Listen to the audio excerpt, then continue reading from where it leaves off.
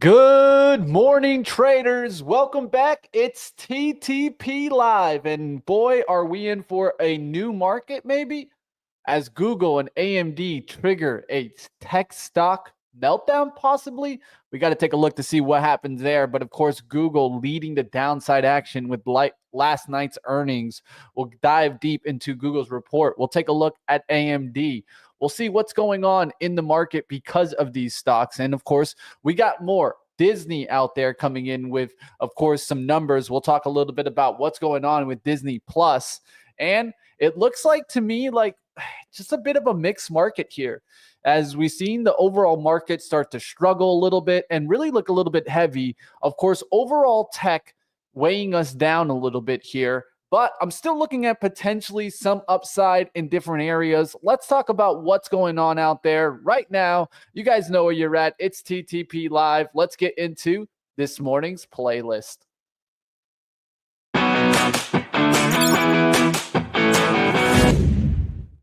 All right, the playbook this morning. Let's take a look at what's going on out there right now. I'm taking a look at different stocks that are moving here and trying to catch a good move. Of course, I've been battling, trying to get my funded account, and you guys know it. You guys have been with me throughout the journey. We'll see if we're able to nail it down today.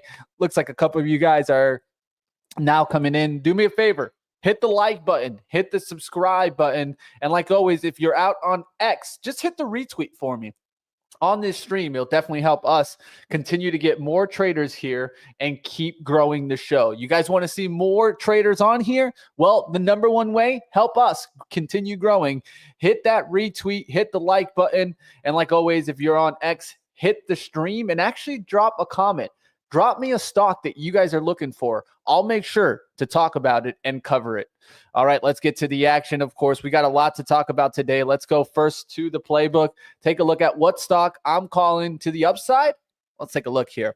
All right, so of course, we'll start with the overall market. We'll take a look at what's going on here. But what I'm looking at is, can we get another run, right? It's going to be tough because now the SPY is really starting to look like it's pretty heavy here. And of course, we need to be looking to see what happens, right? Will we get a move back down into the Bollinger Bands into 590? That'll definitely be the line that will start getting me more into that bearish outlook below 590s. But right now, we're trying to hang on. Let's take a look at where I'm looking to potentially see some upside. So, of course, there's been an area that has been pretty hit hard. I mean, if you guys remember, of course, XLV and healthcare overall for 2024 was doing really well, right? It had a crazy 2024, right? And then ever since then, at least in September, it's been on a quick down move. And why? I think a lot of that was based on the mentality that RFK Jr., of course, would come in and kind of shake up the healthcare space overall. Another thing to think about it is, of course, kind of rates and things, how that weighed in it. But now I'm looking at XLV and I can see that we have this resistance right above, right? It's right there trying to get through. And if anything, a lot of people were bearish this area, and now things are starting to turn. If you look at the recent volume that's coming in here, the MACD crossed over all the way down here in January. It's actually done pretty well. And I think we could continue to look to see if we get the rip higher. Now I'm starting to look at the leaders like Eli Lilly, and that's actually looking pretty good now. That's a nice little turnaround candle, especially in the last 2 days. So I'd keep this one on the radar. If we have a bullish day, yeah, healthcare can be an area where we could see some winning. Even a name like Pfizer could maybe potentially turn around. But I'm looking at the strong ones, right? Like Regeneron. Regeneron came from 1,200 back down to 700, and now it's putting in a nice candle. So let's see if we get a day two move on a name like Regeneron and different names in the XLV. I wanted to include all of them in the playbook. Can't do it all. So what I did was I, of course, mentioned the ETF. Take a look into healthcare. No one's talking about it right now, about how strong this move has been. All right, let's keep going, guys. We'll take a look at a different stock out there. And if you guys out there have something on your playbook, let me know. I'll definitely talk about it here. Let's go to another long outlook, and then we'll go to the short side of things.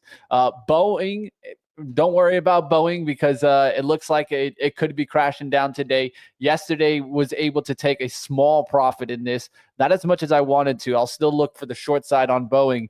Bank of America is what I'm looking at for the potential long side of things. I've been looking to see that the financials hang on. If we know what happened in the Trump administration last time, financials were one of the strongest, right? So I'm going to look for that trend to continue. I feel like this undercut on Monday was to scare out the bulls. Now they could take it through a trend line and really start to ride this higher.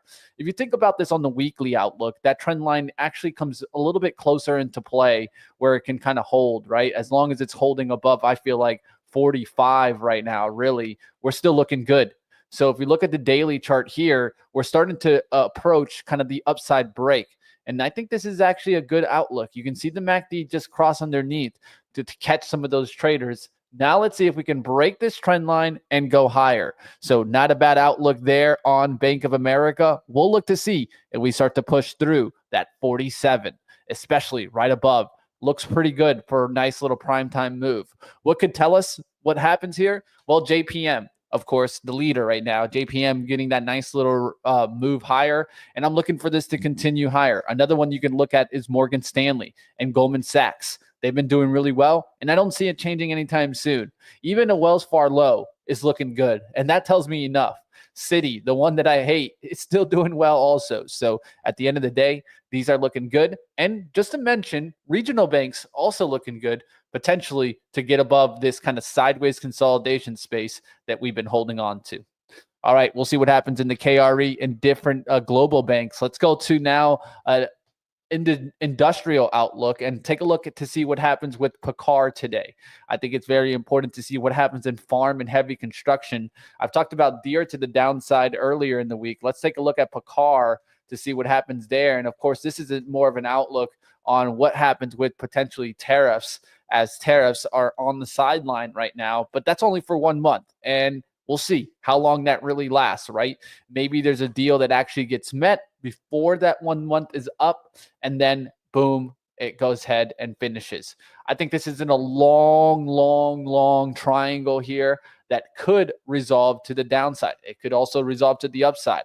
I think we just got to watch to see what happens here if we start to get the break through the 107. And why the 107? Because right now you've had about 1, 2, 3 lows in the same area. I'm going to look to see if we finally break that going towards the 107 and 106 today. We'll see what happens there in PACCAR and farm and heavy construction machinery.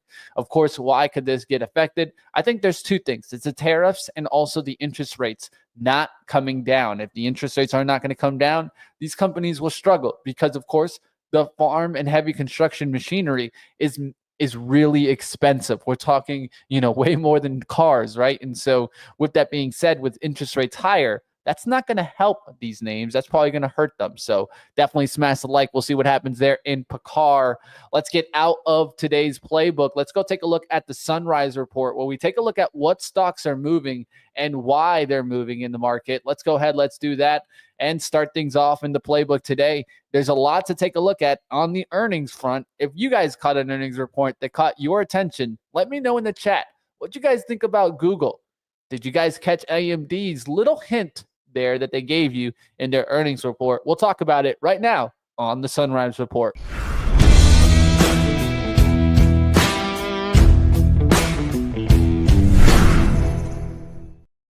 All right, traders, let's get to the Sunrise Report. Let's talk about what stocks are moving. Of course, this morning is really all the shakeup on Google, and that's shaking things up right now. Of course, that came in the after hours last night, but it hasn't bounced back. Let's talk a little bit about the disaster that we're seeing here in Google and what happened in their report. Of course, Alphabet's Google tumbled on revenue misses and AI investments as Alphabet's shares fell more than 9% in after hours after missing revenues expectations and announcing increased AI investments. Revenues here at $96.47 billion versus a 96.56 expected, EPS at $2.15 versus a $2.13 expected. YouTube ad revenue, it was at $10.47 billion versus the $10.23 billion expected. So YouTube ad revenue doing well there. Google Cloud revenue at $11.96 billion versus the $12.19 billion expected. So cloud missing there, definitely causing some hit. And a lot of people talked about that it wasn't that big of a miss, but it's still a miss there on the cloud revenue. that was expected to actually be higher, right? I think that the bar was pretty much set there for them to beat it there. Traffic acquisition costs at 14.89 billion versus a 15.01 billion expected. So search starting to drop there, and I think that's important to catch there. While revenues grew at 12% year over year, all major business segments showed slower growth than the previous year. What is this showing us? It's showing us in the, I'll call it the AI cycle, right? The AI cycle right now, yes, it did ramp up, but now it's starting to slow down. And why? Because the truth is, we need to start seeing what? Cash meet the bottom line. Yes, NVIDIA did well, but that's the underlying asset behind all these AI businesses, right? The truth is, are these features and things bringing either more people or more money? At this, for a long time, it was just for more people, right? More clients trying to get their products, more businesses getting their products. Now I think the focus is shifting towards, of course, profitability. And this happens whenever we're in an uncertain environment. Once we're in like kind of this euphoria, people don't really care about the numbers a lot of the times. But once the euphoria starts to kind of slow down, everyone starts taking a look at the fundamentals and they come back into play. Google's advertising revenues slowed to 10.6 versus 11% a year ago, while search revenues increased at 12.5 versus 12.7. Cloud revenues disappointed, but AI demand remained strong with tight supply-demand dynamics in the compute capacity. Waymo's Alphabet's self-driving unit, though, saw 39% revenue decline, but announced plans for international expansions into Tokyo and U.S. rollouts in Austin and Atlanta in 2025. So I think this is one to think about in the long run. Another thing to think about is that Waymo's is going to be also kind of combining with Uber. We'll talk a little bit more about Uber coming up. You guys smash the like. We'll see what happens out there with Google's report. Can Google come back? I think you got to watch to see if it can get back above the 195. If we can't do that, we ain't never coming back on this, at least for the time being. We'll see what happens. 195 right above it. It's bounced a couple of times. I still look for one more move to that 190 and then look to see if we reverse back. We'll see what happens there. Jimmy, what's up out there? How we doing? Let's make some money. You know it. Money Mitch is here to get after it. Aggie, how we doing out there? It's good to see you guys. Let's keep it going. You guys know where you're at. It's TTP. Let's keep things going in the Sunrise Report. See what else is moving out there. Let's go, team. And move on to AMD as we take a look, of course, at advanced micro devices. And I think this is an interesting one because the earnings were good and it's still taking the hit. Why is it taking the hit? I think it's like I mentioned, the AI cycle pointing to downside. AMD beating here, but data center miss, sending the stock down 6%. AMD reported a strong Q4 earnings, but missed estimates in key data segments. So let's talk about it. Revenue at 7.66 billion versus 7.53 billion expected. EPS at $1.09 adjusted versus $1.08 expected. Data center revenues at 3.86, up 69% year over year versus a 4.14 expected. Despite this miss, AMD remains bullish on an AI chip demand, expecting revenues from Instinct GPUs to grow to $5 billion in 2024 and tens of billions in the coming years. PC and laptop chips were mentioned as client revenue rose 58% year over year to 2.3 billion, driven by strong demand. Also was mentioned is that now their computing chips were in what? In Dell laptops and things like that. The gaming segment, though, struggled significantly as Xbox and PlayStation has been trying to fix their inventory. Gaming segment fell and plunged 59% to 563 million, while the embedded chip revenue fell 13% to 923 million. CEO Lisa Su expects strong double-digit revenue and EPS growth in 2025 as AMD scales its AI chip build business to challenge NVIDIA. All right, we'll see what happens if AMD can actually challenge NVIDIA.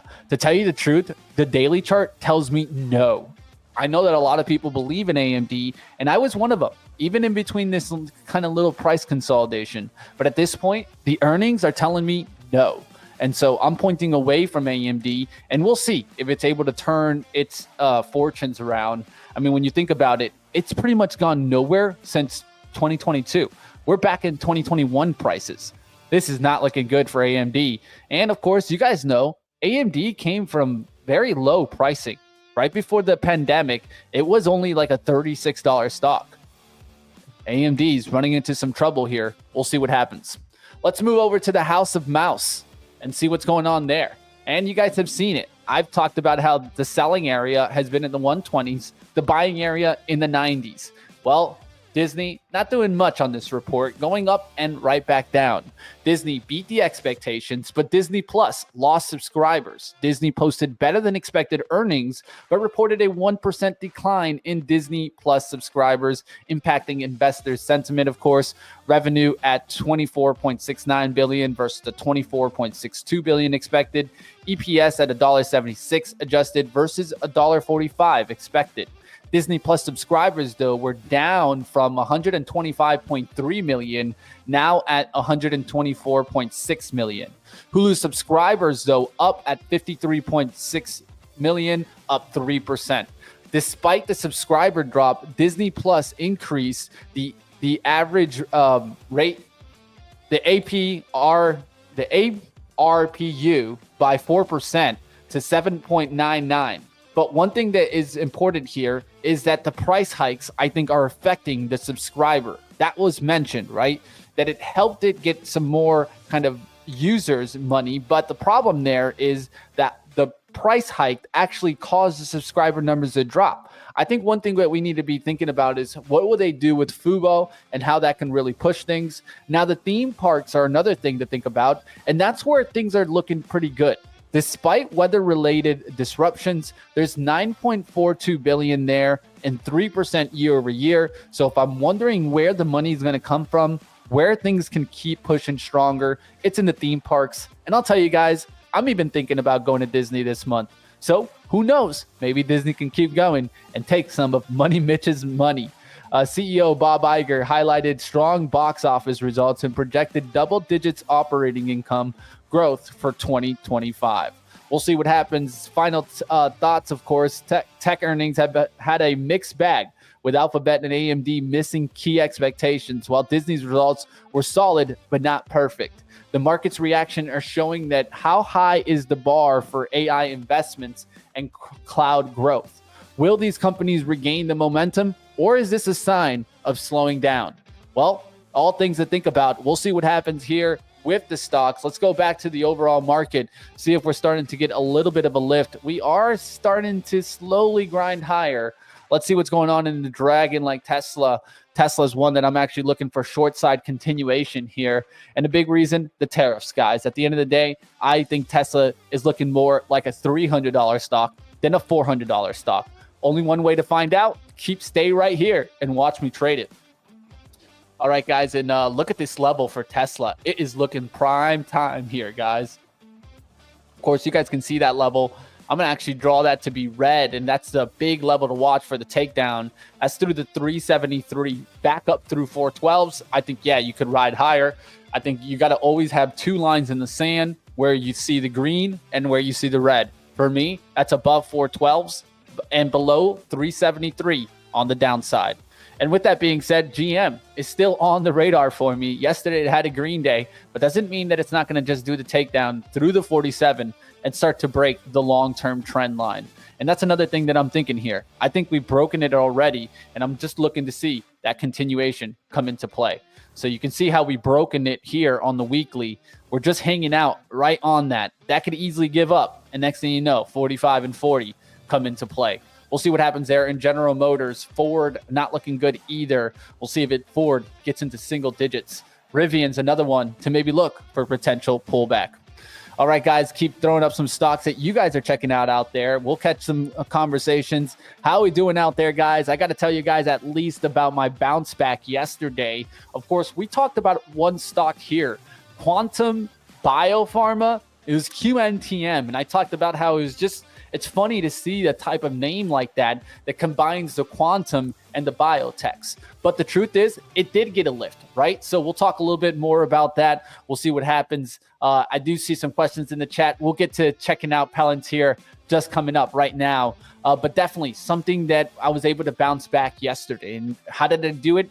I looked for a nice little whole dollar volume coming in. It got the nice pop. Yes, there was a little bit of some risk at one point, but I was able to go ahead and make a good trade to bounce back. And you guys know I've been on a little bit of a back and forth, and I'm really close to getting the limited account. I got to show you guys and keep you up to date here so that you guys can see the full transparency, right? And that's what this show is really all about. There's no one else really kind of giving you the insights of their entries, exits, how much they're making. You guys get to see the size here. There's plenty of other streams out there that day trade, but what do? They don't give you everything. They don't give you the filled orders. You can't see what they're really doing. That's the truth. Right here, we don't hide from you. I don't hide from you. And I show you guys exactly how things go. And you guys saw me yesterday. I was struggling even mentally. It was starting to cost my mental capital, the pressure of getting the account, right? This is normal. Don't think you are unlike any other trader. When you get closer to the end on evaluations, the pressure continues to rise. What you must do, keep trading like you've been doing. Even the wife told me, Mitch, just go do what you know best, right? And I think that's the same way for you guys out there. Stay focused. Like always, evaluations are not easy. They're there to test us, right? Test our skills. Can we be that profitable trader? Can we be consistent enough to get to the eval and funded stage and then continue the consistency to make the cash? How do we do this? We focus on what we know best, stick to our strategy, of course, and stick to the game that got you there in the first place, right? All right, guys, we'll see what happens out there. I'm continuing the battle, and you guys can see it here. It has been an up and down battle, right? I got all the way up there towards about 1,200, then bounced back down to 11, pretty much 1,000, then got back there towards 1,193, then went sideways for like about 2 weeks, recently making the pop towards 1,300. And I only need 1,350, right? Well, I had a couple of struggling days, right? Went down to 1,250, went down to 1,176, and just one trade yesterday, right back to 1,310, right? And I could have gone maybe for the actual big win and gone for the account there, but I didn't push it. I said, you know what? I'm going to take what I can get here. Risk to return still at 1.37. Really good outlook there. I like to keep it between 1.1 to 4 or 1 to 3, right? Success rate at 47%, just showing you guys that you don't need to be positive on every single trade, right? We'll see what happens there. As you guys can see here, nice little win there, 134.50 on QNTM yesterday. Not a bad trade, right, guys? I bought at here at the 503, actually increased at the 520s, sold out at the 580s. Not a bad little trade. And if you guys look at that setup, it was a pretty nice setup there through the $5. Of course, yesterday taking 2 hits there, $74 loss and a $50 loss in the last 2 trades. That hurt me, but the bounce back puts me within $40 of the account today. Actually, a little lower than 40. Let's see if we can get it today, guys. The truth is, I can't put myself on the pressure. I just got to keep trading and keep getting after of what I know best. All right, guys, I'll go ahead and I'll lower this down. We're going to get to the trading stream right now where we actually get to the trading action. It's good to see you guys out there. I know you asked me about Palantir, so that's going to be the first stock that I'll have my man Michael Noss cover. We'll talk about the overall market, of course, and what's going on out there. But I see the questions on Palantir. I see the questions on AMD. We got a lot to talk about with Michael. It's good to see you guys out there from Michigan. All right, there you go. of course, guys. Man, I got to say, I visited Detroit a couple of times. Where I need to visit North Michigan. I've heard so many good things about the nature life in Michigan, but that's enough on that conversation. Jeremy, what's going on out there? What are you looking at? Is there anyone out there passing the evals to get funded? Well, you might just see me capture that today. I'll tell you what, let's get this show started and see what I got up my sleeve. See if we can go ahead and get that funded account. Start that countdown. It's TTP Live.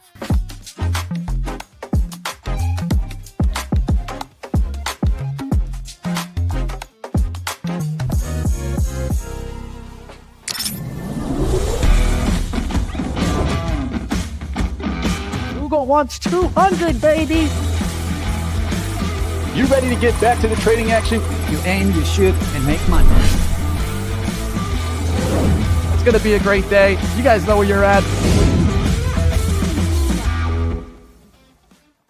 Welcome back, traders. Let's go ahead. Let's bring on Michael Noss and, of course, take a look at what's going on into the market. How are we doing this morning, Michael? Oh, we're doing fantastic. What's not to like? Everything's going up again. Everything's looking good. So, and yeah, I mean, at range. least overnight, a little bit of a scare action. At least I'll say, as we, of course, got Google's report and AMD's report to put a little bit of some scare into the market, at least in tech. But let me know, what are you seeing in the market this morning? We'll take a look at different stocks out there. Let's get to the action. What are you seeing?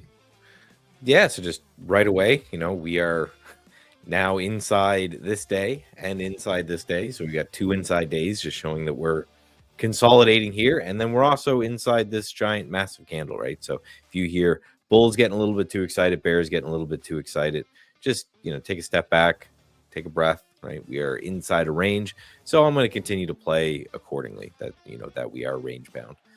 Looking at the sector map, most things are green. We do have that tech pulling back. But what was super interesting is to see what happened with Google and what happened with the Qs. And then at least even this morning, I haven't checked in a second here, so we're down 0.68 on the Qs, but the IWM is up a bit. I don't know when the last time I've seen small caps doing well when large caps are selling off. So that's what we want to see. That's rotation into good stocks. And, it's one of those things which you need to see it, right? You can't have your big cap names being the only thing that's going up. You have to see this rotation. And I think we are seeing this rotation when it comes to IWM, the small cap index, doing so well when the market's selling off. So just shows, just like we were talking about before, everything doesn't have to go up and everything doesn't have to go down, especially when you're range bound. You're going to have to pop from sector to sector. If you're someone that only cares about tech, again, you might have a little bit of bad time as this rotation continues. But if you're tuning into this show and you're hanging out with us, you're probably somebody who, doesn't really care about that. You just want to make trades and make money. Last thing, Bitcoin here is very interesting that we're up on Bitcoin as when we're down on everything else. So just showing, again, I don't think Bitcoin is probably the best risk on, risk off metric out there. So it's not that people are worried about risk in general. They just don't like some of the stuff that came out of that big cap tech. So I think it's just one of those you have to bob and move. Things like the marijuana sector doing fantastic. MSOF's up 2.5% today. We have water, of all things, just up 2% for some reason. The water utilities. We have MOO, which is our ag, so agriculture type names. Those are doing fantastic. WGMIs are Bitcoin miners up. So a lot that's up. The things that are down a little bit, we have KWeb pulling back just a little bit. We have communications and we have some Chinese weakness. So both KWeb and FXI pulling back a little bit, but those being up or down a couple percent is really flat when it comes to those names. So most things are up. Most things are looking good. RSP, which is our equal weighted large caps, that's up. So really, again, just big cap tech scaring the SP 500. If you consider that the market, then the market's down. I like to look, again, the IWM is 2,000 stocks and RSP is equal weighted version of the SP 500. Both those are up. That shows me that we're having actually a pretty good morning here. That we are indeed. I mean, at least for the bounce back a little bit. I mean, I want to dive into, of course, a little bit more into those reports. We can talk a little bit more about that, but we did get questions in the chat on, of course, the high flyer and Palantir, of course, as that has just been an absolute monster ride. Of course, the earnings, was it Monday overnight, or it was Monday overnight, right? Yeah, after market on Monday, definitely causing that spike. Yesterday, kind of going right back to the low and kind of holding in there, right? The low from the action, the spike on 10 a.m. I got 151. At 1 p.m., we went to 162. How are you seeing this chart? Do you think it could maybe hold on here? I mean, it's on its own little island after that gap. What are you seeing? Yeah, so technical analysis gets hard when things are at all-time highs, right? Because you have Yeah. nothing, you've got no levels, you got no levels to play against, and pretty much all we're doing in technical analysis is two things: trends and where we think buyers and sellers could potentially come in, based off where they came in the past. So, what I've done here actually on Palantir is something that a lot of technicians do to try to come up with some sort of rationale or reason to uh, put a target, I guess, when things are hitting new all-time highs. That's a Fibonacci extension. So a lot of people heard about the Fibonacci pullback, right? Steve talks about it on here all the time as well. You take 2 points, and if it pulls back any of these Fibonacci numbers, quite often they can act as at least short-term support and resistance. So you can do a Fibonacci extension as well, and I've done it from the most recent pullback, and that puts us at around 100, that even $100. So I would say with this Fibonacci extension, the fact that $100 is a pretty big deal on this name, and that it's battling that zone. I know I'm not going to say we're going to bounce from here and move lower, but I would just put this more in the potential stay away or neutral camp for a little bit. You had a big earnings report. Sometimes it takes some time to digest those. You need to see things consolidate and calm down for a bit. But you have to bet. I'm not going to bet against this massive trend, right? From $5 up to $100. I'm not gonna take the other side of that bet personally. But I would just look at it and say, after that move, I'm not going to buy it up here. I need to see a little consolidation first. Yeah, I'm looking around to see if we can at least maybe shake a little bit of that. On Palantir, I just think we might try to go through the high again. That's why I'm probably not going to be on the short side of things until we start to get back into the Bollinger Band. But one thing I can clearly see on the daily is that we're really extended away from that. And the only time I can see when that's happened in the past, and there's really not much kind of occurrences, eventually we've pulled back, right? Here and here on the recent spike, eventually started to pull back. And I can look back in the times when it was like first coming out, right? And you can see each of these spikes outside of the Bollinger Band eventually coming back in. It doesn't guarantee it, but it definitely tells me that at some point we can expect to see some type of pullback here. And look how far it's away from that Bollinger Band. I mean, that is pretty far. I think I'd have to expand my Bollinger Bands to like maybe 3 standard deviations, but I wonder if even then it would fall in there, right? I mean, this is a 2 standard deviation, but hey, man, we'll see. I mean, that's definitely extended. I think these are some of the hardest shorts, though, right? Because the truth is you're fighting strength, right? And fighting strength is one of the hardest ways to kind of get short on a stock. It's like shorting a penny stock that's going to the moon, right? Well, yeah, those seem like good opportunities right off the start. But the truth is you never know when they're actually going to break. So you have to have such defined risks, right? Especially when you're going after something like Palantir. I think it's one of those trades where you might get cut out 4, 5, 6 times before it actually works. So keep that in mind when you're thinking about trades like this, right? Yeah, and again, just after massive moves, it is totally normal and totally okay for consolidation, right? So exactly, it might be one of those where it's you're shorting as it's breaking down 100 and just trying to get some money out there, and maybe you're buying if it's breaking through 100, but looking for support, looking for resistance, taking short-term trades, and then check back in a week or 2 after the market's had some time to consolidate and get, digest those earnings and say, okay, this is a bullish or bearish or whatever it is. And best case scenario, when you have a big earnings gap like that, is you do get that consolidation for a week or 2, and then as things start to push out, well, then, you've got a good trade there as well. So also asking about ACB. First, the short side. This to me makes a lot of sense, actually. Just these cannabis plays have been just an absolute dog. So every time everyone gets super excited and wants to get involved, you can see just kind of the pattern here we have in ACB of a spike up and then a failure, and a spike up and a failure. And this is what happens. Think of the meme stocks. Think of a lot of these names where you have so many bag holders. And what they're doing is they're looking to have, if they can have any type of relief bounce, think you're down 90% on the position. All of a sudden, that position doubles. super excited at that point. Generally speaking, you're looking to try to sell into that spike, and that's what happens. So anytime I see a chart like this, and then you see that little spike that's going on right now, could it be the bottom this time? Absolutely. But we just have to go back on what we're seeing on history. And again, with trends, the trend of these things is obviously down, and each of these spikes gets sold dramatically into. So to the short side, I think that does make a lot of sense.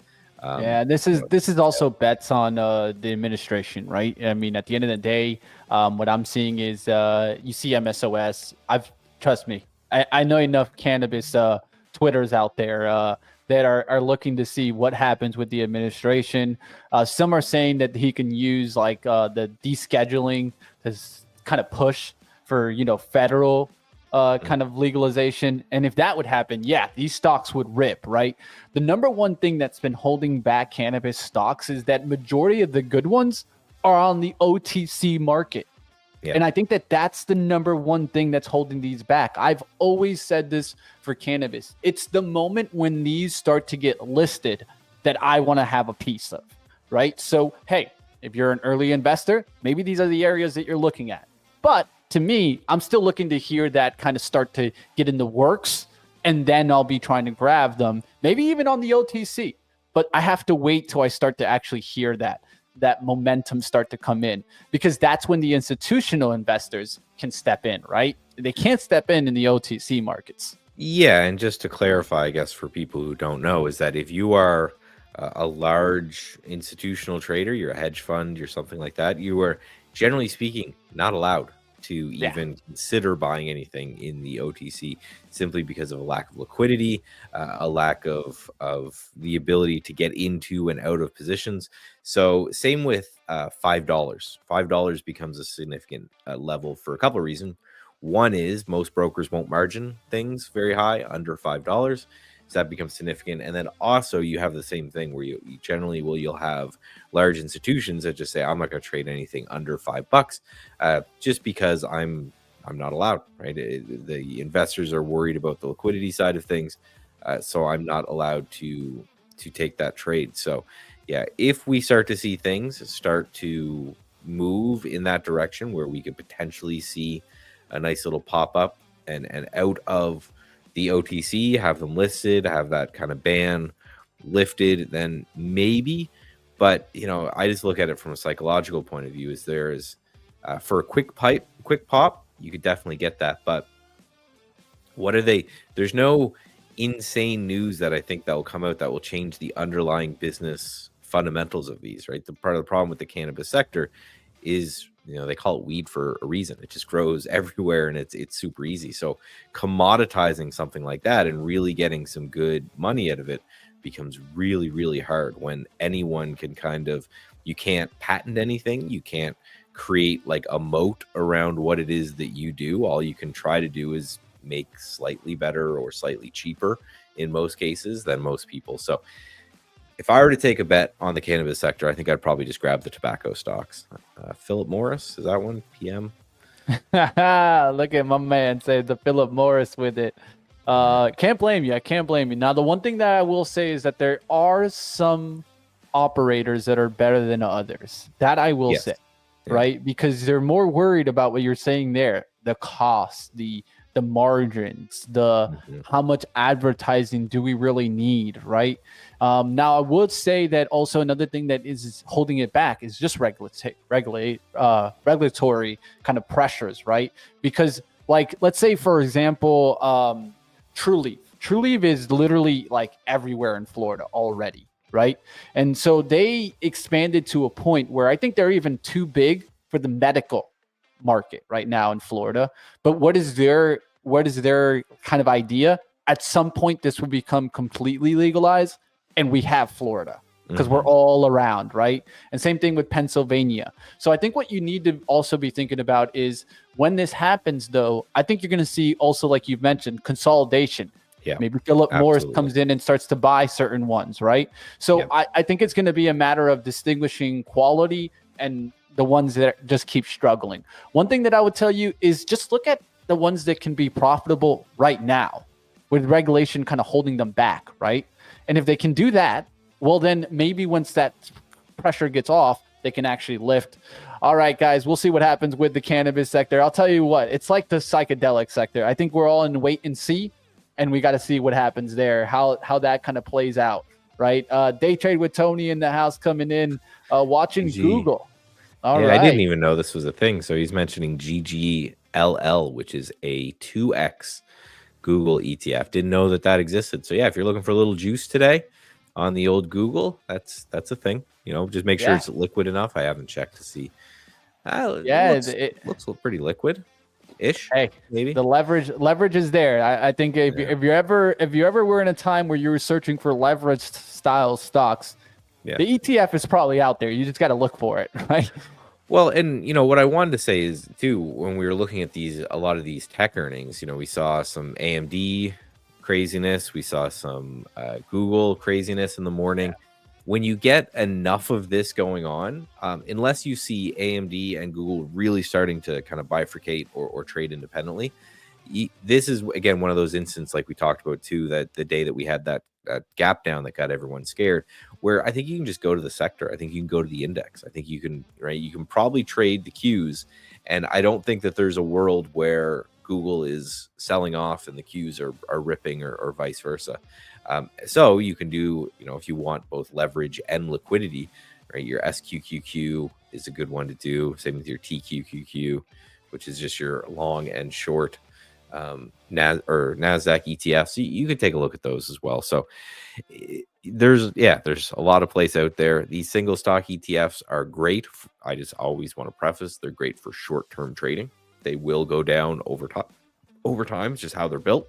So it's not something that you want to buy and hold for months if you think that Google is going to go up. These are meant for day trading to short-term swing trading. So just be careful. And then again, check the liquidity. I think part of the problem that's happening with the markets here is that there is so many of these ETFs coming out that the market makers and everything are actually having a hard time keeping up to spread the liquidity through, because something like a GGLL should be very, very easy to market make on, because all you're doing is you're taking Google and you're using Google on the other side of that to make sure you're hedging yourself.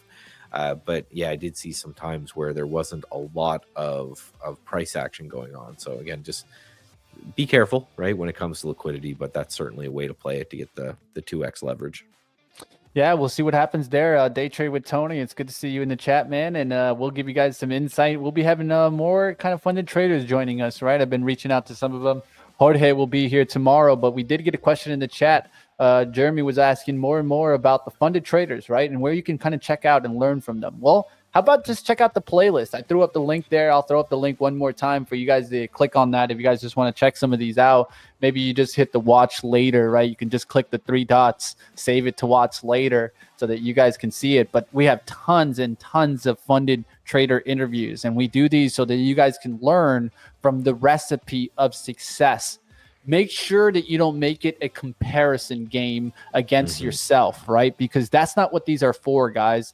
It's about showing you the recipe for success, right? If these guys made it, they made it for a reason, right? Whether that you agree with their trading style or not, they made it, right? And so we got to give them the kind of the recognition. Look at this guy. This guy, 160,000 funded trader. Do you know how long it took? 72 hours. Wow. So, the buying power right above us, right? The limited and getting after it, right? So, hey, guys, check it out, guys. And he only traded one stock, NVIDIA. So, hey, guys, go check out the stories. There's plenty of stories from you to learn from, guys. So definitely check it out, guys. Jorge, you guys remember crushing the stock trading competition, also got funded really quickly after winning the competition, right? So, hey, guys, check it out, guys. I hope you guys will enjoy that. Throw out the playlist there. And trust me, I enjoy watching these interviews myself, right? You get a lot of great questions and insights.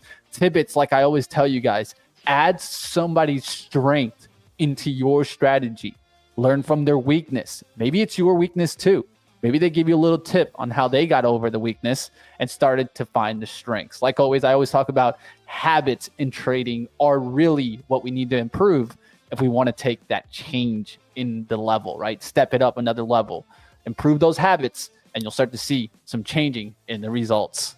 All right, guys, we'll get back to the market action here. And Michael, what are you looking at out there in the market today? Any opportunities that are up your sleeve? I think we got to pay close attention to these last two highs, right around 601, 602 in the SPY. We struggled there a little bit yesterday and the day before. We got into that zone and then we started to come down a little bit. So both of those times, I think we need to focus. And then also the bifurcation that we're seeing, the fact that the SPY is, pretty much flat. The Qs are actually down about 0.5%, but we have the IWM up and actually up and moving higher in the pre-market. So, the IWM, for those who don't know, small caps and 2,000. So 2,000 names. So the Qs, NASDAQ 100 is only 100 large cap tech names. That's moving lower, but we have 2,000 names out there that are pushing higher. So it might be time to start taking a look at some of these small caps and places that maybe were avoided before. So the small cap index too is important to note that it's usually a lot of the weightings end up being split into two sectors. One is banks, specifically small regional banks, take up a lot of the IWM just because there's a lot of them down there, right? You guys have a lot of banks and they're really small. And then also biotech. So biotechs, smaller and newer biotech companies have a lot of push in the IWM. So we can zoom into those sectors. We can take a look at KRE, and KRE is looking very interesting here. So this is our regional bank ETF. These are the little guys. There's even a smaller ETF. I can't remember. QBC, is it? No. So KRE, but we'll focus on KRE for now.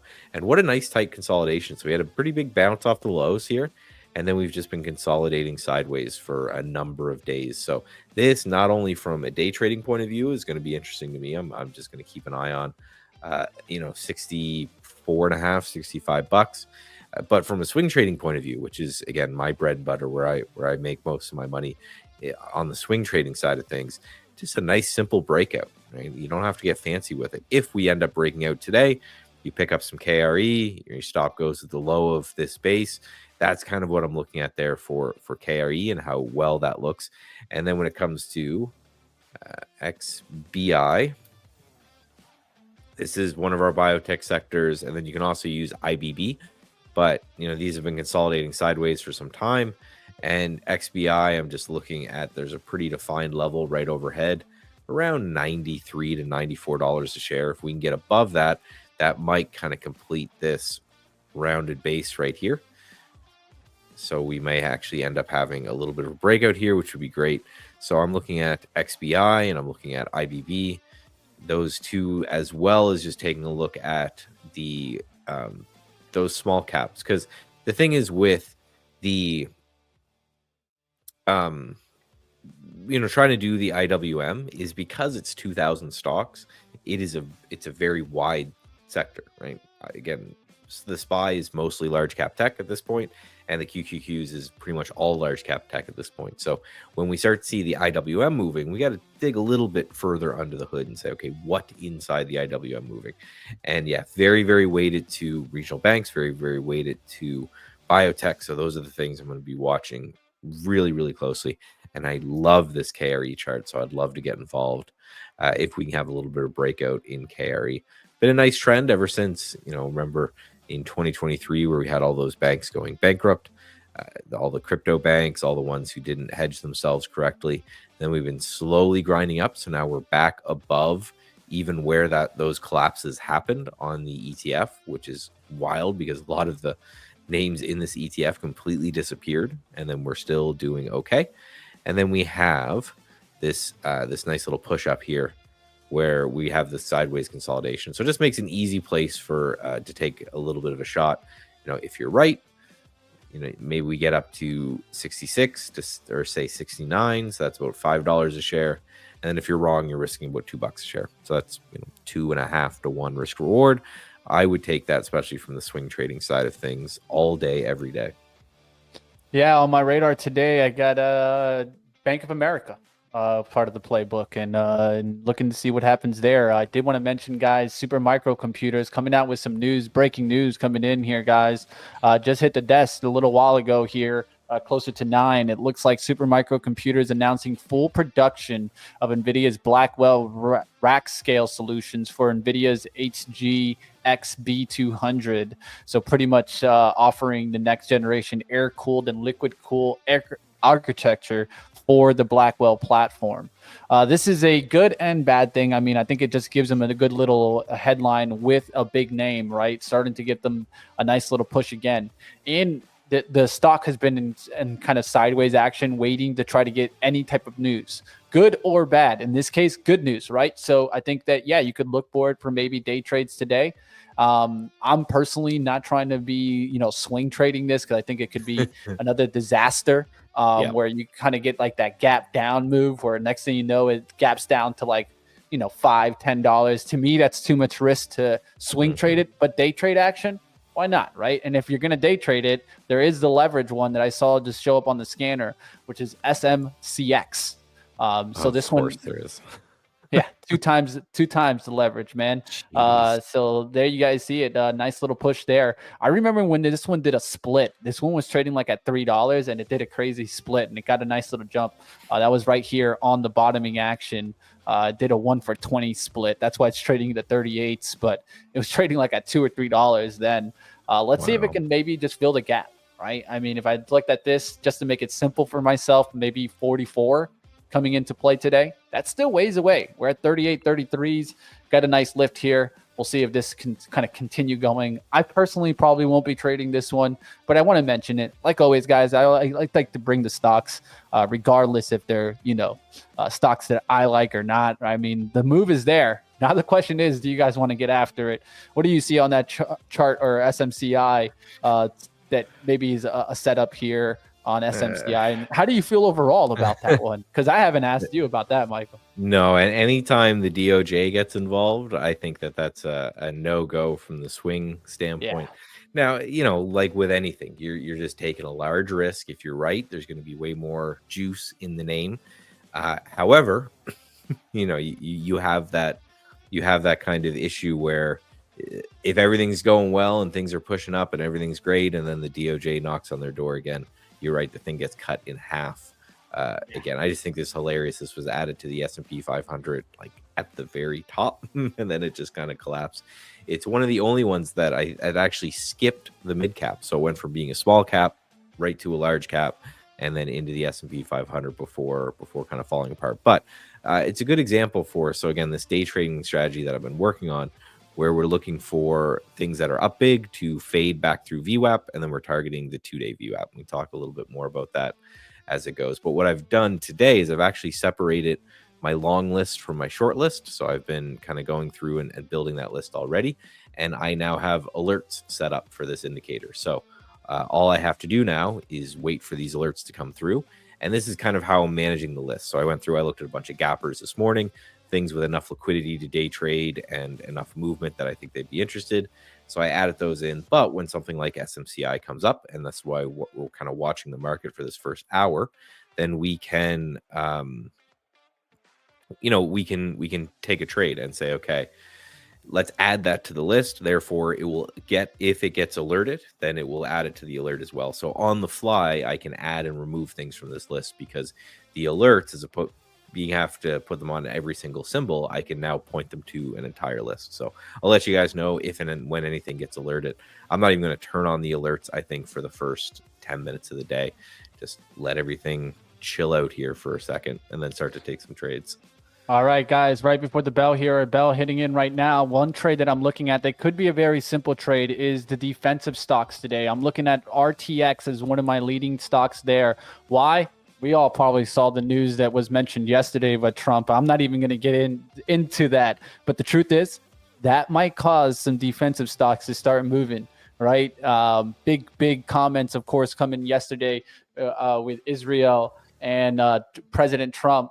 So let's see what happens now, right? Off of that. I think that this is a setup that definitely you could watch. RTX, look at that hourly, already getting a little pump there towards the 130s. This is one that I might play in the main account here. Yeah, there's a sector for that too. It's ITA. Man, how do I know all these things? It's just in your head. So yeah, You ITA stick looks. around long enough, man. I know, just the things in your head. So that could be a way again from the ETF point of view to trade that as a whole. But yeah, RTX, LMT, these ones, they're getting a bit of a pop here off the open as well. So I've done what I always do here on the SP 500, and I can do this with you guys. I'm just marking kind of pre-market highs and then marking pre-market lows and just waiting for that first few minutes to shake out to see if we can get some sort of move one way or the other. We are pretty much at pre-market highs, which is great.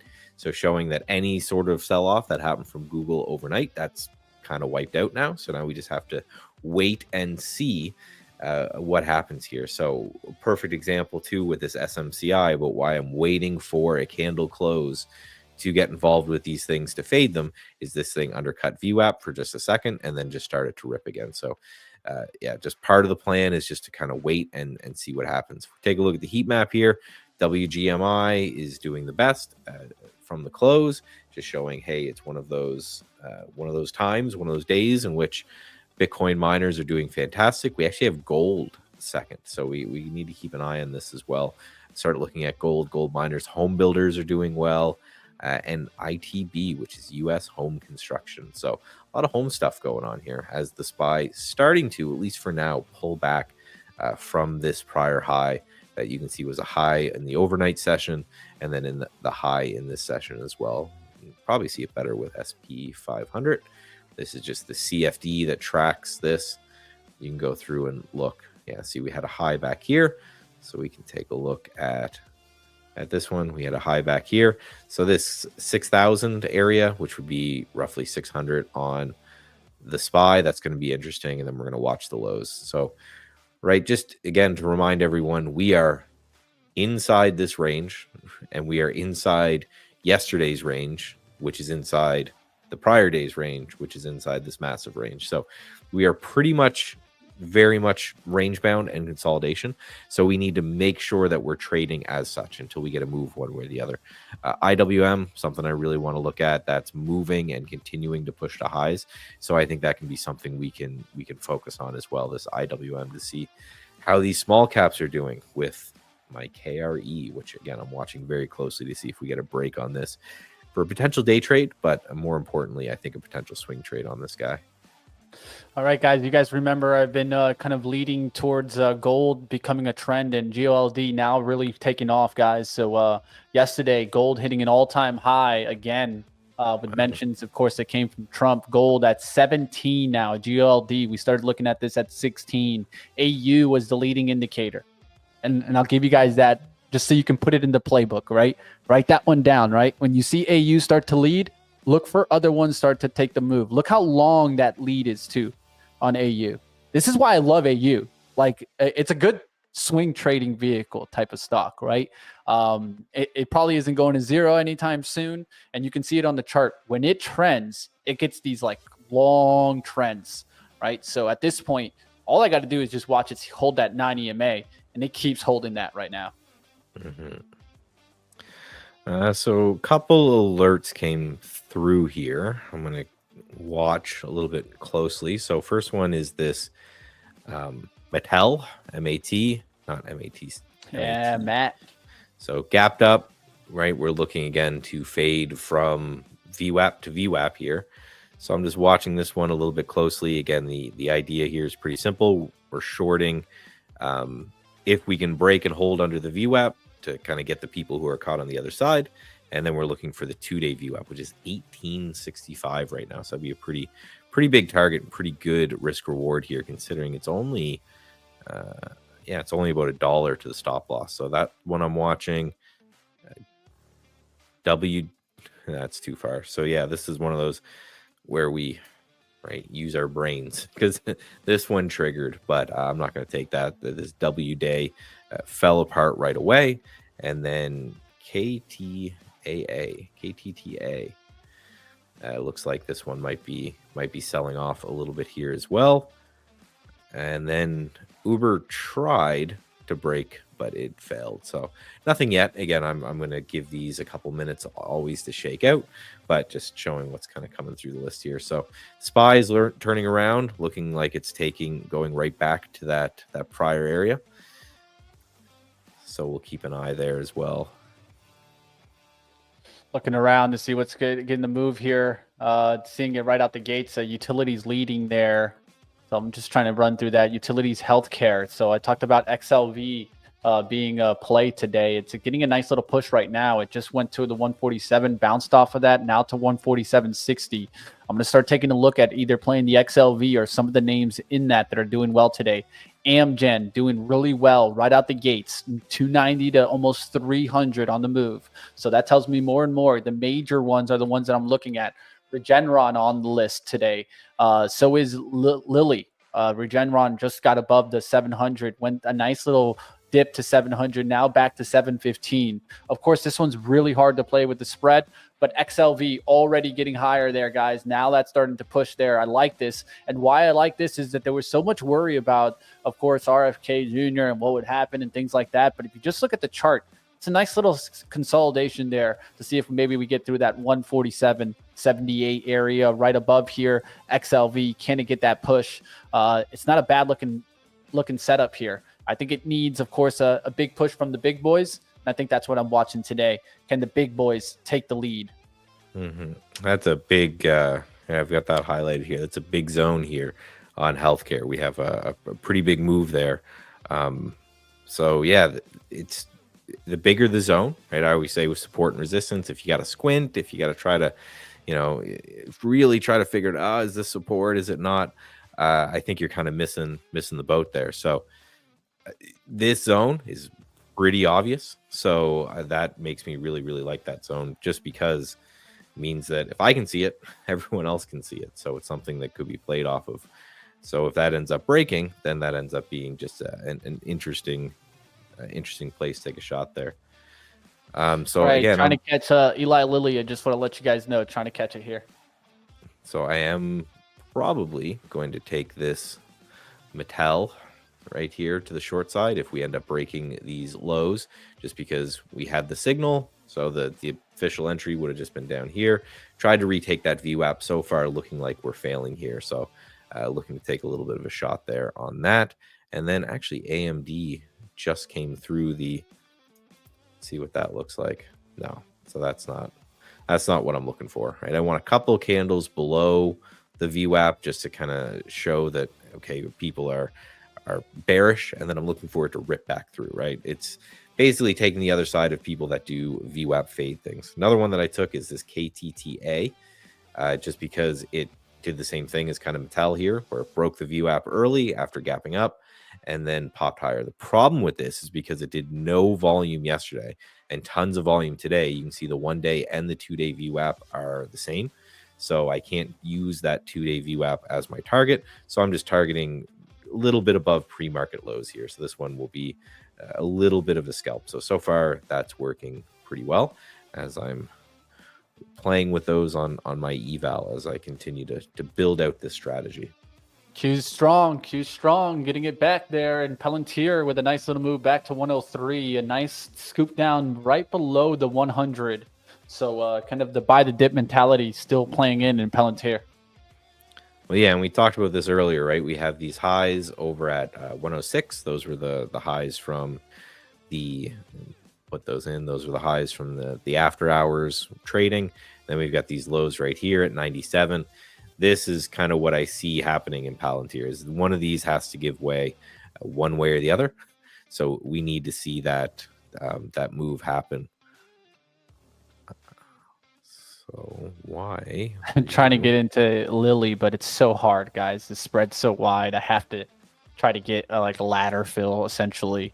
And what do I mean by a ladder fill? Of course, I'm trying to put out multiple orders to see where the fill can start to come in. So I've been putting out like a couple of 10 orders at like 20 order there. So essentially, you got to move it around here, but putting it out in a like kind of a ladder mentality, like pretty much like a point away from each other, right? And so I can do that to try to catch it on any spread widening out and trying to get in on the pullback, right? And so we'll see what happens there. Can I get in? We'll find out. Lilly hasn't tried to let me in right now. I really want the 838s versus the 839s.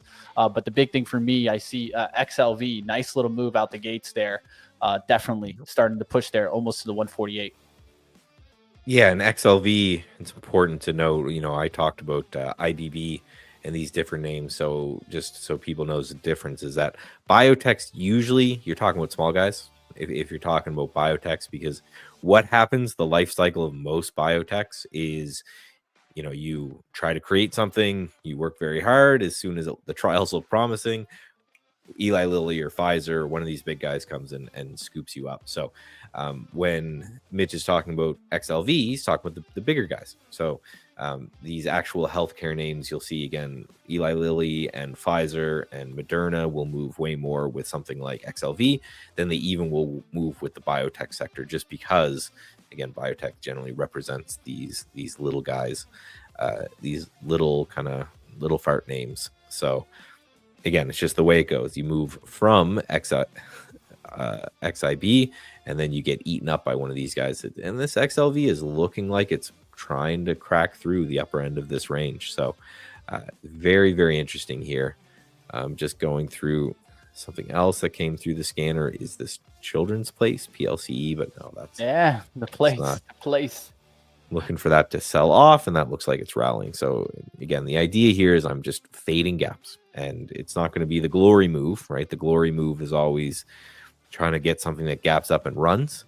And, so what I'm looking for is the exact opposite, which I think will fit well. Because the important thing to note with my trading too, when it comes to day trading, as someone who swing trades for essentially a living, I want something that complements that. So I'm looking to do these kind of fade and quick scalps to kind of complement the other side of that. So I just got triggered out for a win on this KTTA.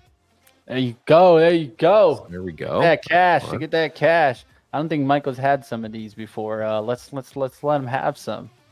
A little money rain, baby. A little money raining, baby.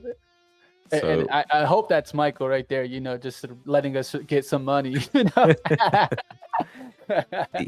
Yeah, so the idea here was pretty simple. Again, the strategy is you're looking for something that gaps up. You're looking for it to close below VWAP for an entry, basically hoping that a lot of people have kind of their stop loss under that when they take the trade, because again, the AVWAP bounce is super popular. And you're just trying to take the other side of that. And generally speaking, you're trying to target the 2-day VWAP, but because this KTTA is one of those things that didn't really exist yesterday, no one traded it. Just the way VWAP works, the 1 day and the 2-day VWAP are the same. So I just put out a target, again, not at, but near pre-market lows. And then again, $3 a share, just a little bit above that. So come down and get me. It's only like a 1.2 risk reward, but I'll take it. Right. So again, just building out this strategy. It's one thing that I really like doing because I'm doing it here with you guys live. I'm not coming in saying I'm a pro day trader. Listen to me. I do well swing trading. I do horrible day trading. So I'm building this out with you guys. So as always, as I bring, I think this is probably the third idea that I had. As I bring this to you guys, if you guys have feedback, if you got something where you're like, hey, I don't think you're looking at this correctly, or maybe take a look at that, let me know. Right. I'm open to listening to anything. So both AMD here is actually triggered to the long side on this name. So risking about $2 here. So I am actually going to take that. All right, guys, just a quick update there. I am on long on Lily there, guys. Got 839.08, 20 shares, and looking for this to go through the high of the day, 845. We'll see if we get through there. So we have the 2-day VWAP up there at 114. So that's a pretty big ask. So we'll see. But right, part of it is too, just explain to you guys my process here and what I'm going through is I know my weaknesses and I know my demons when it comes to specifically day trading. Right, I overtrade. And I'm the guy who would sit down and just be looking for excuses to trade all the time. So I'm using these systems and strategies to kind of tell me not only when to trade, but when to do nothing. So in this case, just trying to see if AMD pulls in and holds this VWAP, spent a lot of time below it. So a lot of people were betting bearish, and if we can get through that, the 2-day VWAP is sitting right at 114 right now. It's one of those that as time goes on, this 2-day VWAP, of course, will start to come in. So periodically, I'll come in and adjust my target there. But looking to get involved, probably should have waited for, just thinking out loud here, probably should have waited for this kind of 108.5 to break before I got involved. But that's the trade, and we'll see what happens with that, right? All right, Lily's starting to move there. We'll see if it actually takes the move there. It went starting to go to 843 almost on the offer there. So I'm looking for the take out of the 845, guys. Yeah, Mattel continuing to trigger, right? So now it's trying another time to break under VWAP. And then again, we're trying to fade this to like, yeah, 19. Of course, that's all China concerns, right? I mean, nothing from probably Mattel is being made here. That's one thing to think about. So just keep that in mind, right, guys? But I think it's also been like priced in, and that's the reason why you saw the spike, right? It was being priced in like really quickly. Things that are just all made in China, yeah, they kind of knew the tariffs were coming, right? Yeah, and that's the thing with this. I got a lot of questions of why is why does the market not care about all this trade war stuff? And I'm like, because we've had a Trump presidency before. And he's not a shy guy. He wasn't talking shy about saying that he was going to do this. So when it happened, you have your initial freak out, and then everyone goes, oh yeah, we have seen this exact thing happen before. So to me, it's not super surprising that it's happening again. So, and I think the market is kind of agreeing with me there and saying, okay, this is just, it is what it is, right? We had tariffs before, we're having tariffs again. We roughly know what will happen. And then when the tariffs started to be lifted, it just kind of showed everyone that this is indeed just a bargaining tool, and is not a permanent thing that he's going to keep for the next 4 years. It's a bargaining tool, and then they'll probably figure a way out of it. So let's just move on from there. Looking at this IWM doing well. The SPY is sitting at highs. Just a lot of names that are looking great here. Yeah, strong action here. I'm looking for Lily to start the continuation. So we'll see what happens there. Now it's starting to establish risk towards 837.50. So pretty much quick risk here, about $36 in risk here. I'm not trying to go too crazy. I need to see Lily start to lead before I really start to kind of jump on that. Yeah, XLV also pulling back to VWAP. Yeah, so the SPY, right? These are the lines that we drew earlier, which is pre-market high, pre-market low. It's a 5-minute chart. So now we're spending 15-ish minutes above those. That becomes really interesting to say, okay, if this is something that we're we're looking to have happen, right? We're looking to see if this occurs and we can hold above here for any length of time, then that's going to be bullish. If we start to break back down under this range, that could be maybe a little bear trap, you could call it, little scoop and score, scoop and save. So just be careful, right? If we end up getting that revision that happened right there. So again, I'm just watching that high. I think that high is going to be everything here. One more trigger. So again, I'm taking a lot of these, but I'm taking them small. I'm risking about $100, give or take, per trade, with a 700-ish daily risk, and it's match.com. So the Mitch stock. So gap down, I think earnings. Yeah, so gap down on earnings here. Spent some time under VWAP. Now it's broken and closed over VWAP, and we're trying to see if it can get up here to the 2-day, which again is the average price for the last 2 days. So just a nice these little hits. So I've got AMD, Match.com, and Mattel to the short side. So the idea again is not to bet huge on any one of these trades, again with a $700 daily stop out. If on the eval, $100 or so a trade. If I was off the eval, I'd probably be doing 50 a trade. See if I can take 4 or 5 trades a day, which would definitely mean if they all got stopped out, it would be under my risk tolerance still. And then just just play and track these statistics. So what I'm going to start doing is every night, because I don't have the ability to back test this, because a lot of it comes down to discretion of what symbols to add.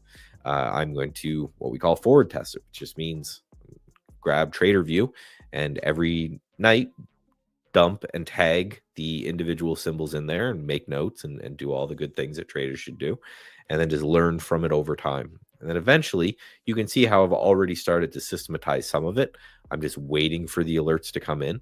I don't have to go through and constantly have, you know, every single chart up and be watching every chart individually, because I'm waiting for the candle close. I've just told TradingView, if this happens, alert me, and then I can just click through when it occurs. So fairly simple, right? The plan is I'll probably end up turning the systems off when we end up here, right? That will probably be it for the day, and then I'll have anywhere from 0 to say 5 or 6 different names, 5 or 6 different positions, and I'll let them work until the close, or profit target or stop loss, and just see what the end result is there. If over the long run, just looking to get a little bit of an edge, a little bit of a scalp there with you can see it's very low emotion style trading. All right, cut out there of Lily. Doesn't mean that I won't get back in it though. Just was on the low there. I hit pretty much the break even. I risked like $10 there as it started to get up about 40, $60. What I'm looking at is Regeneron and Amgen. Those are the two leaders in the XLV right now.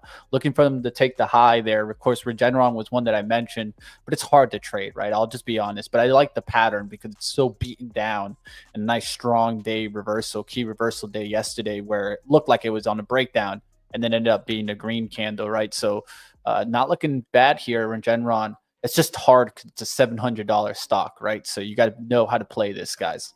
Getting a bit of a sell here in the SPY. So this is that pre-market high, the black line. Spent a couple minutes above that. Sold off. Did not check. That was bad again. I did not check for any news.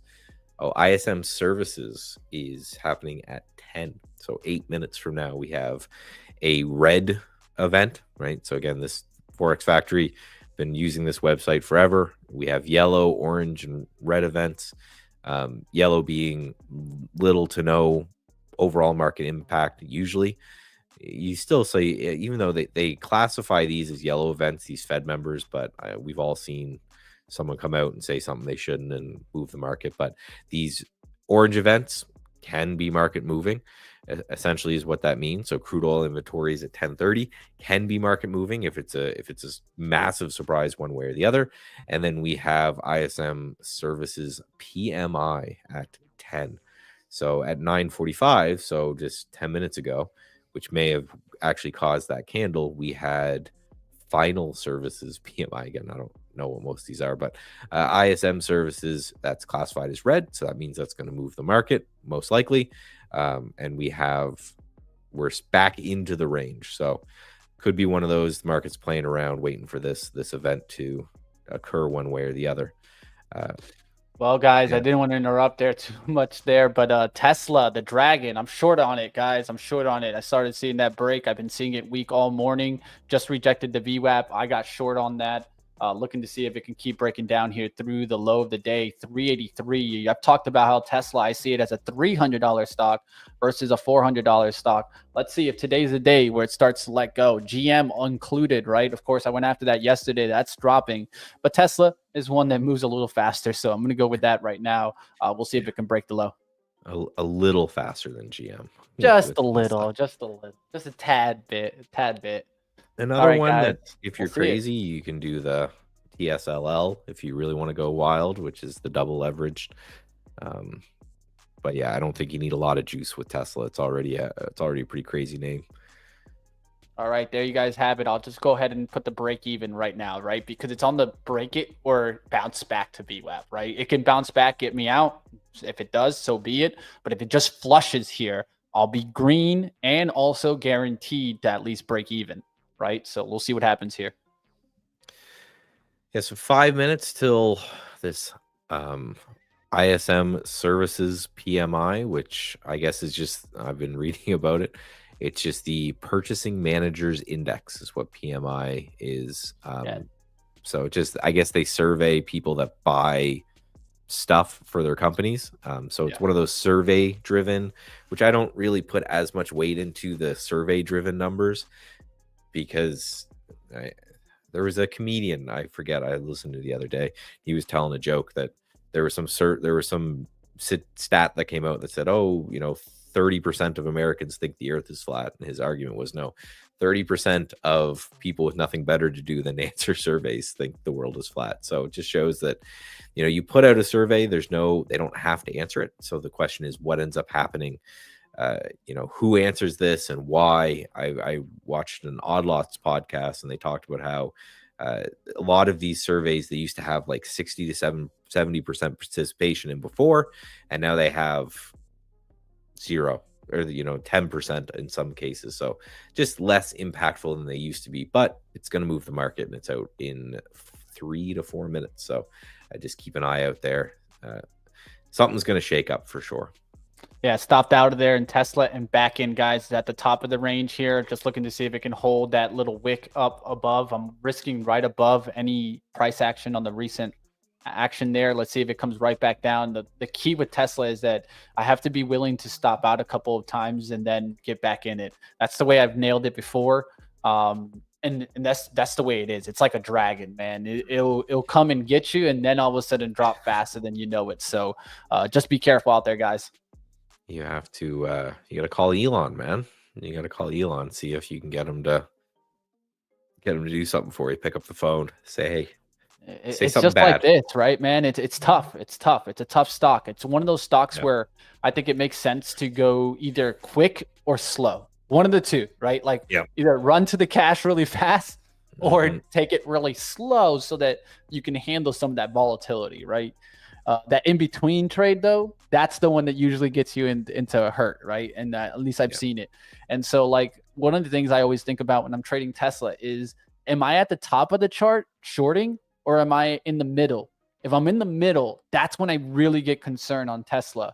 And I'll show you guys it. On that first entry, it was kind of more of a middle entry. And that usually has a price for Tesla, because Tesla loves to go to the bottom and top end of the range.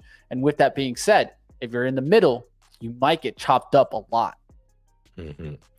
So leading into the number anyway, seeing a little bit of pop in my AMD here. So just watching here. I don't see anything coming out. So that might have just been a regular market move. Let's see it, Tesla. Tesla, go for the flush. Go for the flush. Market go for that 383. Come on. Continues to sell here. Elon, I want to flush. Give him a call. Get him to tweet something crazy. Elon, I'll drive FSD.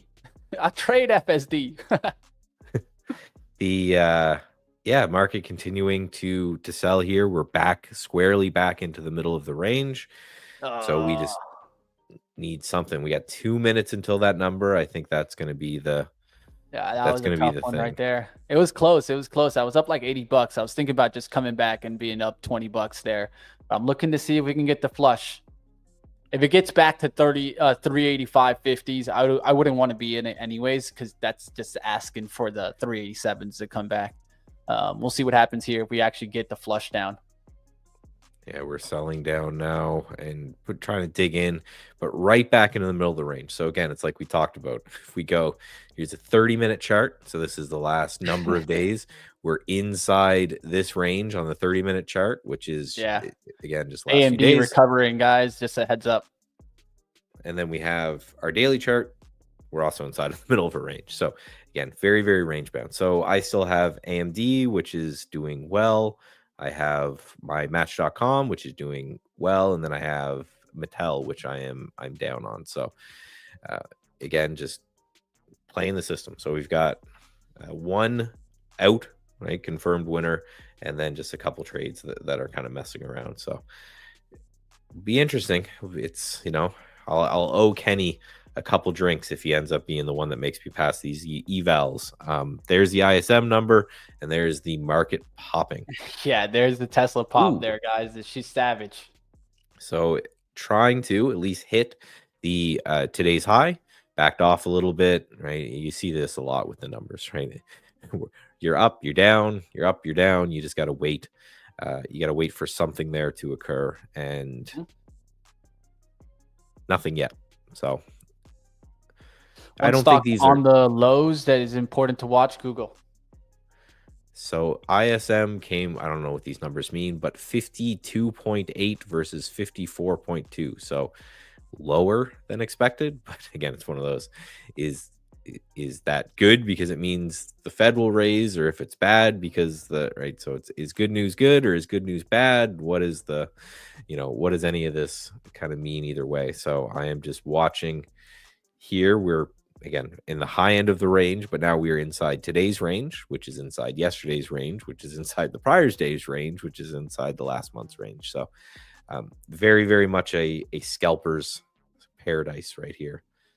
All right, Tesla right back down through my entry here. Now it's important, guys. It could have been the first to fake out. Let's see what happens on the move here. Just trying to stay within a range that's reachable. Like for me, $88 in risk is fine. Just don't want to be risking like $400, right? Things like that. So we'll see what happens here if Tesla actually makes a down move. I'm also trying to keep watch on those healthcare names to see what happens on Lilly there. Lilly went up and just holding on the VWAP here. Let's see what happens on the XLV. That could be a sign of what's to come.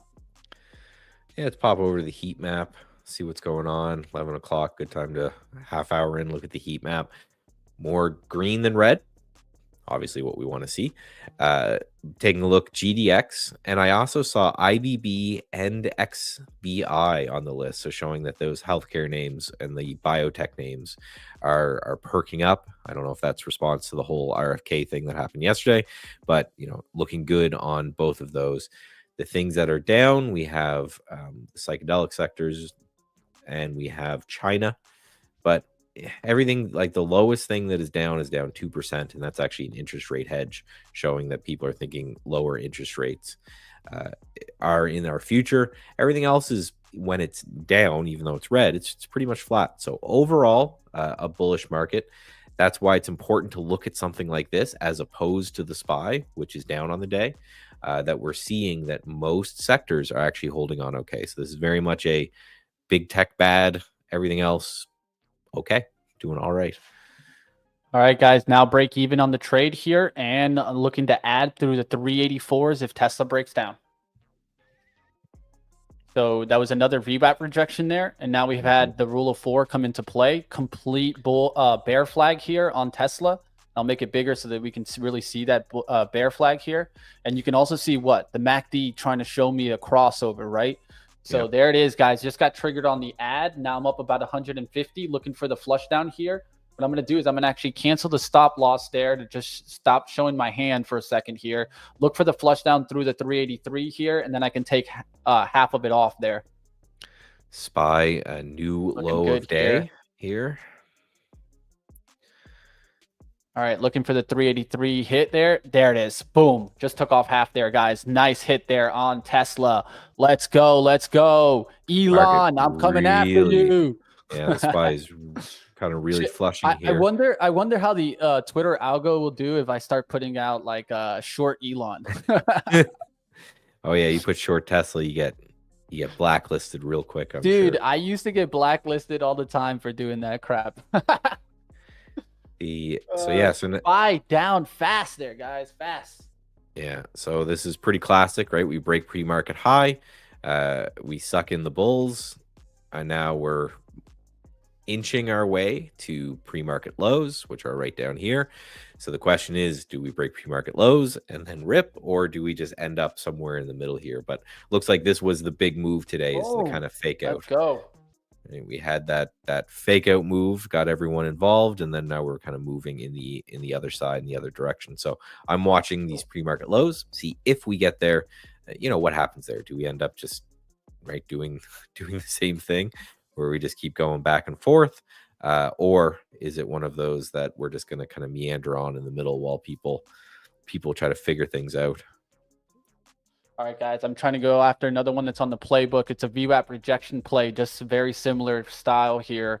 I've already missed the first action here, so I'd have to jump on it here. Let's see if I'm able to grab it here. Not looking too bad. I'm thinking about just taking 100 shares on Picard short. Picard's a farm and heavy construction. Oh, okay. Gotcha. I actually really like playing Pakar, Michael. It's one of my kind of swing stocks. I hate to try to swing cat and deer. I feel like I always get cut out, and it might be because of the market makers and things like that on it. Because deer is so wide and so is cat a lot of the times. So where I've made a lot of money in industrials is Pakar on the swings. Interesting. I don't even know if So I've ever heard of that one. So that's so good. you see it here, like this play here from September. I played a lot of that ride up towards the 110. Yeah. Was able to get out right before that 110 because that was like an earnings. But Pakar is one that I definitely looked for. Why? Rates were coming down. That's why I was looking at Pakar. And so I've talked about how that can actually be the negative thing here now, right? So I'm short Pakar here, guys. Took the Tesla money and ran with it. So up about 137 after taking a little hit there. Does it mean that Tesla's done? No. A lot of times it comes back, it stops me out, and then really flushes. And look at her go down to 382.70s now. I've talked about how that could come back. What I'm looking for on the Tesla chart is this 373 coming into play, maybe even today. That's still about 10 points away, but there's a big support there. Looking to see what happens with Tesla there. If that breaks, I see the 200 EMA coming into play closer towards the 300. Yeah, so the SPY's trying to dig in here. So we'll see what happens over the next few minutes. We put in just a green bar there. We're holding okay-ish for now. We just have to see what happens there. Again, to still have the 3 trades. They're, Mattel's down a bit, AMD's up a bit, Match.com's both flat. I'm moving this target down on AMD to 113.40. We'll put that right there. But surprisingly, I'm actually impressed on how AMD, I'll bring up the chart here, how AMD is holding even with the market selling off. So that's kind of interesting that AMD is about to maybe potentially break out on highs here, at least going to try, where the SPY is selling off. So that's interesting. Someone asked about coin. Let me take a look at coin. Obviously, coin is going to move quite a bit with crypto.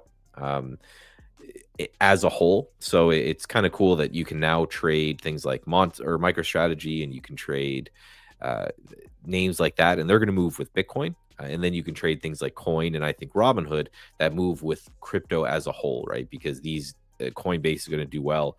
Say there's a world where Dogecoin is rocketing and Bitcoin isn't. Coin is going to do great because they're going to make money on that. So but just really stuck in a range. Really, we have a doji yesterday, doji today. We're inside today's range. That's inside yesterday's range. So really nothing's happening. And I would just watch Bitcoin. If we get a move in Bitcoin, we'll get a move in Coinbase. If Bitcoin continues to chop around, which it's doing, then again, I don't think we'll have anything going on there. Back in Eli Lilly here, guys. Not going to shy away from it, even though the market's coming down. It's still looking like good little setup here. We'll see if it actually is able to make the move here. Back in Eli Lilly. So there's another trigger from another one on the list that I'm going to take here on CMG Chipotle. You know what, Mitch? I have never once eaten at a Chipotle. All the times I've been to America, I haven't ever one time. You missed the golden age, man. You missed the golden age. Tesla now down to 381, guys. So the flush down coming in for Tesla, and I got cut out there on the bounce. I'll show you where I got cut out, guys. So on when it's first flushed, they did like this cut down through the 384. Right there is right where I put the stop. It bounced right and got me. But Tesla now continuing the leak, and look at GM. I know I said it wasn't gonna move fast, but it didn't do too bad of a move here. And also coming down, right? There's a reason why I play these plays, guys. It's because they're usually relationship oriented, right? It's not just because I don't like Tesla, as I don't like auto manufacturers overall, right? Why? Margin battle, right? That's what has happened in the auto manufacturing. It's not a game about profitability right now. It's a game about margins in the EV space, and the margins in the EV space are atrocious. Well, and everything is so, you kind of mentioned already, but yeah, all these names are so correlated now that there's so many algos running them that it's very rare that you'll have a big move on one that doesn't happen on the other, that doesn't, right? So yeah, playing these things together makes a lot of sense, because at least in the short run, they will start to move in some respects together. So Rivian, that looks like some news spike or something going on there, eh? Yeah, I mean, it's trying to set up here. I'm watching to see if it's going to come down also because it does have a setup for the bullish side here, but it's struggling a little bit. I think part of this is I think we have some kind of thinking that there should be some kind of a move here done. I know Rivian's been getting the investments it needs to continue moving forward and getting the money that it needed. It just recently got money, I think, even just from I think it was the DOJ, was it, or some department from the US. They got a nice contract on them, just giving them more money to create a factory in Georgia. So I'm watching to see the reactions off of Rivian. I would love to have an investment in Rivian, but I would love to have it closer to single digits. Yeah, that's one of those ones that if you're right on, it's going to do very, very well. It's Lily, just hit going me to out, be, guys. very hard to hit those. So let's go quickly and just take a look at the market. So again, here's the CMG trade. Same idea. Gaps down. Spend some time under VWAP. As it breaks out, you can see the little green arrow that's printed. Just trying to see if we can get up to the 2-day VWAP. Taking a look at the SPY here. We're still just chopping about. Right? We're trying to dig in. We had that reaction from that news that came up. Next thing is crude oil inventories. I don't think are going to affect things too much, but something to keep an eye on if you're trading. Anything that's going to move, anything that is oil adjacent, it could be something to keep an eye on. But yeah, just kind of stuck in the range. We have this low, the pre-market low, we're well above. Pre-market high, we're well below. And then again, the 30-minute chart, just want to show you guys, really trapped in a range. Daily chart, again, really trapped inside of a range. So, well, they flushed Google, man. Take a look at that one. It's stuck in that range right now, but it's right there. And I'm wondering if it just does this kind of whoopsie move near that low and then comes right back up for the 195. So I'm not trying to trade it. I'm trying to just use it as an indicator on the market today. Because if that starts just pumping down, I'd be a little bit scared. Because why? I mean, this Google setup was really bullish yesterday. You guys even heard, we were watching it. Steve was looking at it. That 200 looked like it was just, nice consolidation, ready to just go and for another move. Instead, of course, the gap down puts pressure on the stock today around the support. But one thing I will say is that's a weekly and monthly kind of look right there. And that's a lot of times where I think the institutions love to be like, well, yeah, you guys are all scared today. We're going to go buying off of that spot and seeing if we can get this back there towards the 200. Yeah, and I was watching on Google here this it must be this low. Yeah, the swing anchored VWAP from these swing lows. Quite often this is where algos will start to take trades. They're looking for we can do a whole VWAP rant, but yeah, they're looking for just a price to play off of that they can kind of automate inside of a system, and these VWAPs, generally speaking, can become those. And we're right there. That's where we hit yesterday. That's where we hit again today, and that's sitting around like 189, 188, 189. So it's one of those things with we can kind of see what's holding. If we get some digging in there, it could be evidence that what Mitch was saying, that people are looking to buy that dip. That could be right. So we need to keep an eye on that there. My CMG is actually starting to Chipotle. See if so if this ends up taking target, I gotta get some next time I'm in the States. Keep missing it, right? Get your guac, man. Get your guac. That's what the concern was all about for Chipotle. But what about the guac prices? We'll see what happens on that. The avocado is getting expensive from Mexico. That was the concern. I'll tell you right now, man. I don't think you got to worry about pricing power concerns with Chipotle. They'll find a farmer to give it to them at that price. So we'll see what happens here. It's an interesting stock. Of course, they lost their CEO, and ever since then, people are drawing questions whether Chipotle is still the leader. It is. Yeah. So SPY trying to slowly grind its way back up the highs here. Again, in a range. So it wouldn't shock me that if we get this flush off of some bad news, and then that just ends up reversing and we end up breaking pre-market highs again. It's just one of those markets where the market makers, the powers that be, they're looking for liquidity wherever they can get it, because when you're range bound like this, it becomes a little bit harder to get that when you're not getting those big moves. So yeah, Steph asking a question about Canadian politics and the new. Yeah, I saw that. I was like, I don't know if my man even I don't even know. I didn't even know there was a new liberal leader. That's how I'll say how much I follow our politics. Guys, XLV pushing now, guys. It looks good, man. I've been playing Lily, but maybe the XLV was the move. A nice little push pass now going towards the 148. It doesn't look too bad here. I just like it because of the daily chart. I just think it's like primed to continue going here. And if it can have a good day, maybe make a move to 150. I'll tell you one thing. It's going to show up on a lot of radars. And then the volume spikes in the last 2 days tell me more and more. Well, you've been hanging out here. You had all the opportunity to break the 145. It doesn't seem like you wanted the 145. Now it seems like you want that 148. Let's see if it takes it. Yeah, we mentioned before, this is, again, I think it's a good trading lesson, not just for day trading, for swing trading, for all that. The level should be pretty obvious. And where was it before? But yeah, so you should be able to see a pretty obvious level when it comes to healthcare. Here it is on the daily chart there. And again, you shouldn't need to squint, right? You see the prior lows right here, prior highs right here, prior highs right here, right? You should be able to look at something like this and say, okay, that is an obvious level. And the reason you want it to be obvious is because if you find a super secret support level that no one else knows about, well, people aren't going to be buying there, right? A lot of this trading comes into almost being self-fulfilling in a way in which you need everyone else to participate. Your stock only goes up is if everyone else agrees that the stock should go up and they start buying at higher prices. So looking at these major levels, major highs, major lows become very interesting. And right here you can see we had a high back here in November where it kind of fell apart.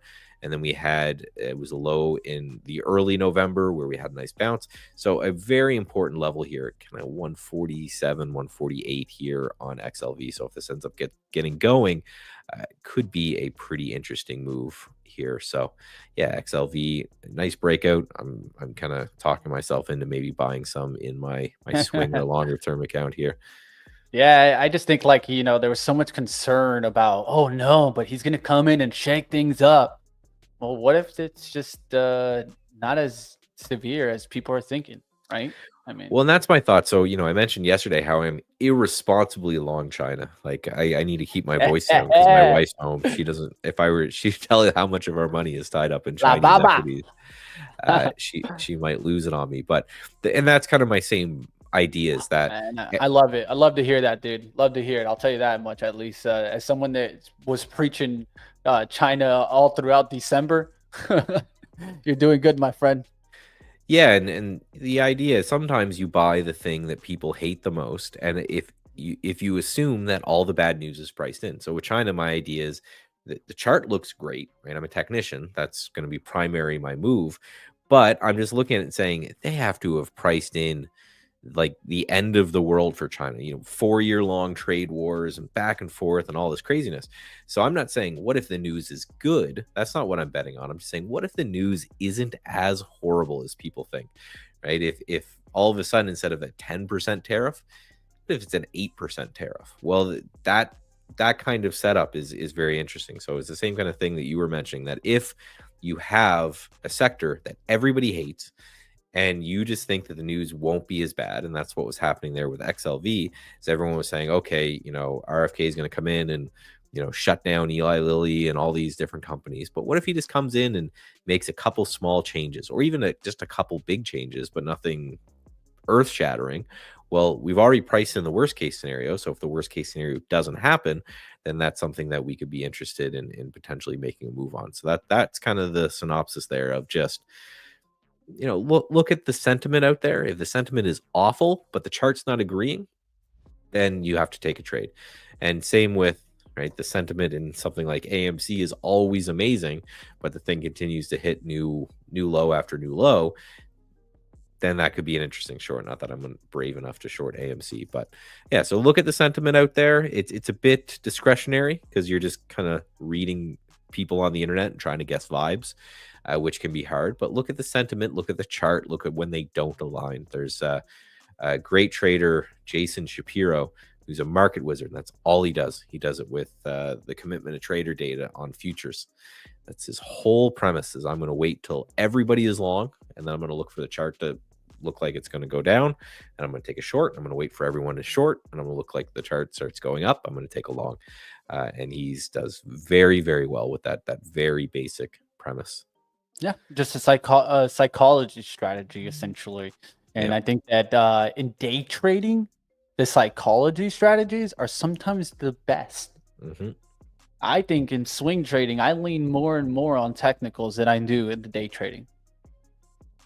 Yes, it gets very hard to know when the boat is a little bit too full on when it comes to longer term trades, but you can see it much easier when it comes to shorter term trades. So the SPY continues to chop. CMG is getting very close to my 2-day VWAP, to the point where I might just punch out manually if I start to see any weakness at all here, which would be 2 for 2 on the winners, but yet all of my AMD I'm down on, Match and Mattel I'm down slightly on all those trades. So so far, from the realized point of view, so good. From the unrealized point of view, we're down a bit on those trades. So again, these are things where I'm not going to get too cute with them. The idea is pretty simple, right? I'll bring up my CMG chart here, looking for something that has gapped down that I think might be a little bit overdone. Looking at the daily chart, I was looking at it saying, oh, it's right at these lows right here. Then I just wait a little bit, waiting for it to break through VWAP. Again, you can see this arrow. This is just in a little tip, right? I can't program in PineScript, so I just asked Claude to do it for me. And he wrote this little script. And then now I can set alerts. So I just exited there on Match. So from VWAP to this yellow line, that's a 2-day VWAP. That's the target. If it keeps going from there, it's fantastic. But just all in, all out. But yes, we have AMD, which we're get it, Shockwave. I heard Shockwave nailing that SMCI. Not a bad one there. Get that money, man. Steph saying, sorry, Mitch, with the tariffs, I'm not buying any more orange.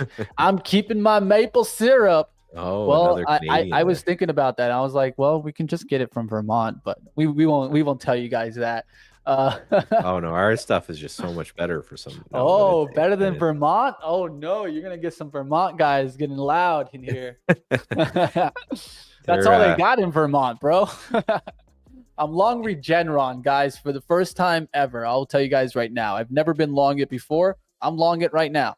Why? It's a $700 stock. It's hard to get, right? So was able to size in there a little bit around the side 710s. I got 710.34. Looking to see if this can come back up. With the XLV doing so well, I was just like, man, these pullbacks. I just feel like if it continues through, I can't scalp the XLV there because that's just not my type of cup of tea. But that told me more and more. I was like, I'll take a shot at least, right? I mean, if the ETF is doing that, maybe we can get Regeneron to catch right back up. So we'll see if it can go right back up towards the highs. Of course, this got all the way as high as almost 730. I think it hit 729.25. So even with 20 shares, I mean, that'll still be a great win if it can get back up there. Yeah, SPY just continuing chopping in this range. Had that nice fake out, right? The bear trap, the fake out, or the bull trap, whatever you want to call it. We came up, we fooled with this pre-market high, got everyone excited, just fell on those numbers, tried to retake it just for a second, and then failed again. And now we're back in the range. So, all eyes are on if we are going to start moving again. I think that high, which is, you can call it 601 even, if we get back there, then the question is how hurt are the people that got sucked in there before? Are they looking to get out, or are they looking to hold? What are they feeling in the moment? If they hold above that zone, then maybe, again, I still really, really want to take a look at these prior highs. So that's about 602 to 602 and a half. These are the highs from the after hours on Monday and on Tuesday.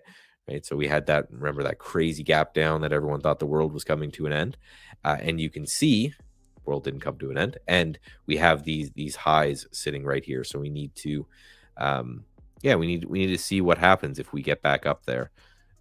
Through that, then things get really interested, right? I'm watching this giant candle really closely. This was the tariff candle, I guess we could name it, where everyone was scared of the tariffs. Things start to sell off dramatically, and then we start to hit lows. We gap down. Everything was bad. If we get into that candle, we know that there has to be a lot of shorts that are inside this candle.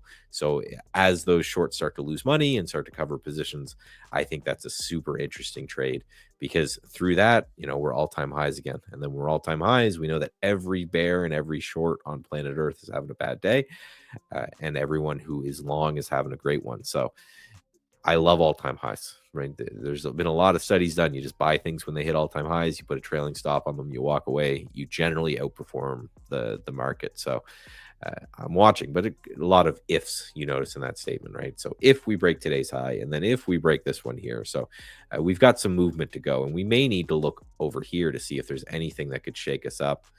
We have absolutely no numbers tomorrow, just a bunch of more Fed speak. Really wish these guys would just stop. Friday, we do have non-farm and unemployment, so that might be one to watch there on Friday. But nothing really that's going to get us super excited from the economic or news front. All right, guys, looking at a setup here for VWAP rejection play. So this is a VWAP rejection play. So it will reject the VWAP from now on. It wouldn't get back above the VWAP. I'm looking for some attempt towards like 77, 78 to get rejected here. And then I can short SoundHound AI. Of course, this one's hanging out in the daily. I'm looking to see if it's going to go back towards the low around the 13, 15s. It's just been hanging in there. Of course, AI names going back and forth here. But I think at the end of the day, SoundHound AI, no business being up there. We'll see if we get a little bounce here towards the 1580s. If not, it could flush through the 1570s. I'm trying my best to get close to that VWAP so that I can risk where? Above the highs here on this. So the VWAP rejection play is recover VWAP, hit it 3 times, and then flush it. So 1, 2, 3. Looks like it wants to go back up there. It's like kind of a flag pattern or pennant, whichever one you want to call it there. And then as it starts to tries to go back for the rip, it fails and then starts to wash the traders out again. I have added a little bit to Mattel, and the reason for that is I can now lower my stop. So it back through VWAP. There's still a couple seconds left in this candle, so I just took that, I guess, a couple seconds early. But the idea, and again, you can see right down here, so the alert came through as that red thing was printed. Things that you can do to easily systemize your trading, right, is just, if you have a setup, go ask Claude to see if you can get an alert set up for you there. So yeah, alert it when this arrow was printed, which is again a 2-minute close below this, and I can just lower my stop loss. So just anytime that I can add to a position and reduce risk around my same entry price, I'm good. I'm not comfortable adding to losers. I'm not even comfortable really adding to winners. I'm just, if I can get, my initial stop was, I think, over 2150 or 2160 up here, and now I can drag it down a bit. So I just added a little bit there to keep my risk the same. And again, the target here you can see was 1860. Now it's 1960. So as the day goes on and this VWAP catches up to the other one, the target ends up shrinking and shrinking. Because again, there's 2 options with these that I've noticed when watching this pro trader trade this strategy, is you have something like we saw with our CMG, where it just works right away, right? Came right to the 2-day VWAP, starting to pause there. And then you have quite often, and this happens a lot, where you just chop around VWAP, right? So you're taking the break of VWAP, and it just doesn't move for the entire day. So in that case, you put out your stop, you put out your profit target. That profit target creeps up as the VWAPs start to converge, and eventually you just kind of get hit out for a decent little trade there. So yeah, so that's the idea. I don't think there'll be any more trades for myself today. That's the first hour. That's roughly what I'm looking to do with this. Because again, as much as I'm doing this show, I want to add this to my trading, right? I've got swing trading that's working great. The beauty of this, and the thing that I've been talking to people about trade the pool for a long time, even before I started here, is it's almost just like a why not thing, right? If you're someone like myself who swing trades primarily, why not try to develop a strategy like I'm doing to add day trading to it. And the idea is that I don't expect to make money every day doing this, but on the periods of time that are choppy, like we're seeing right now, where all of my swing trades aren't, I could bring up my account. It's like some of them are up, some of them are down, and nothing's really happening for me from the swing trading side of things. Well, if I can make a few bucks day trading, then that's great. And it keeps me engaged with the market, which I think is very important. Right? You need a reason to kind of stand here and stare at things and start to get ideas and start to have your finger on the pulse. So again, that's what I'm watching. So again, encouraged by this strategy, but I was encouraged by the other ones as well. So I'm still working on like the fully systematic long-term back test stuff. But again, the beauty of it with Trade the Pool is I could see myself running multiple accounts or multiple strategies inside a large account where I'm doing this strategy, and then I'm also doing the other ones that I mentioned as well. It end up being many trades a day, but could end up diversifying risk there.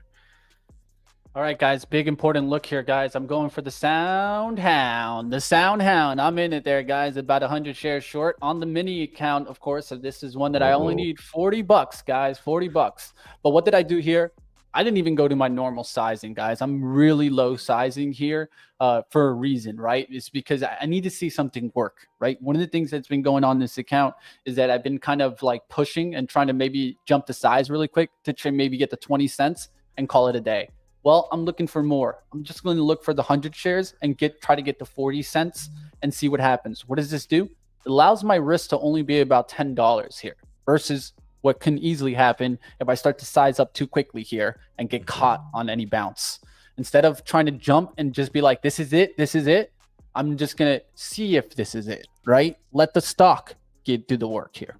Oh, this is my favorite show right now, Mitch, is the waiting for Mitch to get this account. It's been a battle, man.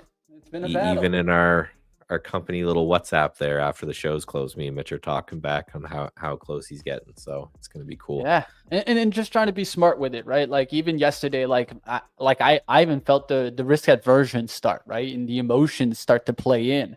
I try my best not to like lie to you guys about that, right? Because the truth is, as a trader, you're bound to feel the emotions. If you don't feel the emotions, you're not trading, man. Right. You're not trading, dude. Yeah. You're not really trading, at least. So I think that's one thing that a lot of traders will lie to you about. They're like, oh no, like I just stay in this mentality, I'm gonna win. Like, no, that's not the truth, man. The truth is that we're all gonna feel the pressure. Now the key is, how do you trade under pressure? Right? Well, that's where most traders struggle. And I would say it's even the opposite. Most traders don't have the idea of that they're going to win. Most traders are scared shitless their entire lives. Like a lot of my trading mentors and trading friends have told me the same thing over and over again, that every time I enter a trade, I assume I'm going to lose. I just get I mentally just get ready to see the loss and to take the loss and then move on, right? With and it's just 100%, just kind of like conditioning themselves so that when that loss happens, they can hit the button and they're not getting emotional on it.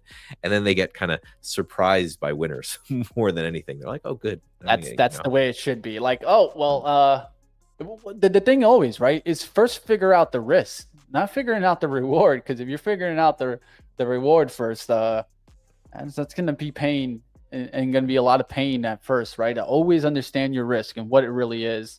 And then also understanding the size there. Maybe you want to give yourself a little bit more room, right? So you got to size down a little bit there to give yourself that room. Looking into the smaller names to see if anything's moving out there. I do have the stop set there at 1581. We'll see if I get hit here on the bounce here on Sound. It's really close to it right now. Yeah, so just going back in, taking a look at the overall market, still holding in. Do the 30-minute chart, still not doing. But we got the IWM. IWM's breaking. IWM's holding well, right? So the Steph asking, are we close to a market correction? Market volume feels kind of low on the weekly time frame. Again, I'm solely in this camp, and only extreme price action I think will move me from this camp. after doing that study that I did that shows that year 3 of a bull market is just choppy. Going back to 1950 and looking at every year 3 of a bull market is a choppy mess. I am in that camp, and the main reason for it is that puts me, I think, in a mind frame that if I'm correct, it should still be a pretty great year, because it means for me as a swing trader who uses algos and systems for swing trading, I'm just focusing on the ones that are mean reversion or pullback in nature. So buying dips, selling rips, that's what I'm betting on. Again, I could be wrong. And what would show me that I'm wrong is a nice breakout of all-time highs, and then, you know, a pullback, and then go, or a pretty sizable break of not only 580, but I'd say this low right here, which is kind of 570. So this 570 to 580 area, need to see something to show me that we're not just going to have the same year, because not only is this year 3 of a bull market, it's year 3 of, you know, these two these 2 prior years were like 20-ish plus percent year over year growth. So it just, we don't have to correct by selling off, right? We can correct by going sideways. That's generally speaking, again, what happens in year 3 of the bull market. So that's my bet anyway. All right, guys, looking to take a bet here on Google. As I've been seeing the pattern kind of develop there, we've talked about it off the 190. It hit there, what? My rule of 3. So I'm going to just go with it instead of overthinking it, right? So one downside action, a pop back, second downside action, a pop back, third time action. This is where normally the bears look for the flush, and then it does this reversal style move. Now, a lot of the times I'll look for a bullish engulfing candle to show me confirmation that I was able to find a good pattern off the bottom. So I just took a starter there long. Now I'll look for a nice big green bar to show me that the trend could be reversing. Yeah, right. It's, and you know, again, fading these gaps is not the glory trade, but you can do well with not the glory trade, right? Everybody wants to take the gap and guess which one runs. In my experience, and maybe this is something that I'll test to see if I can bring the numbers to you guys a little more. Most gaps either revert a little bit or chop around.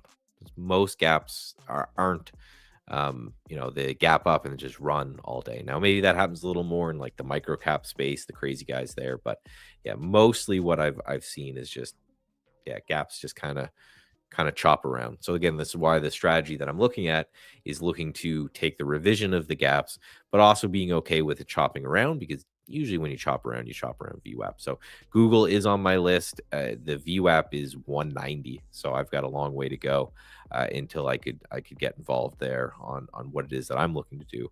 But then the 2-day VWAP is all the way up at 197. So it's one of those that if I get my trigger at 190, then I'm looking to make 7 points, and then the stop would be at 188. So I'm risking 2 to make 7.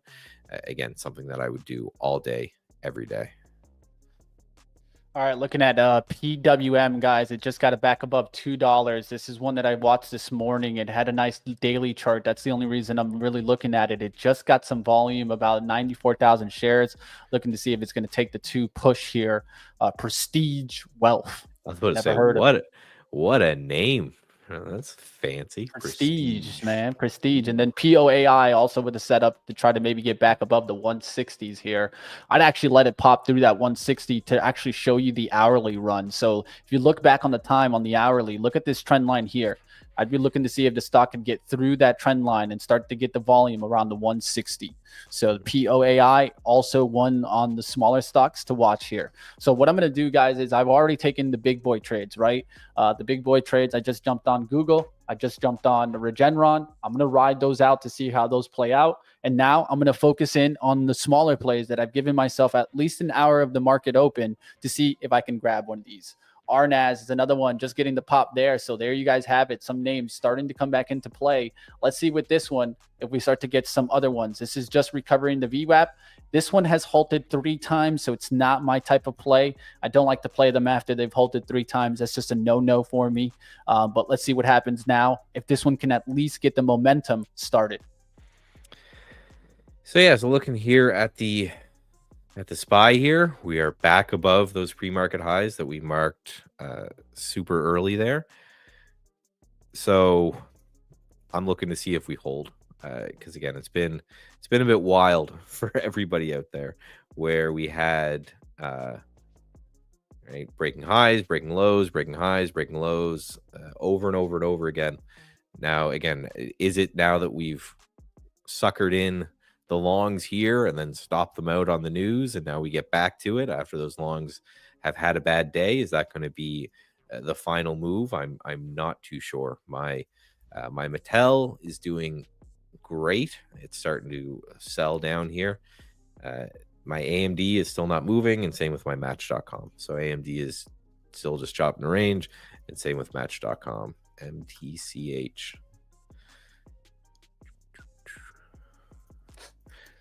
So yeah, starting to sell here. So again, the stops here at lows. So still a long way to the stop, but not doing too great. I really do like the look of that Google.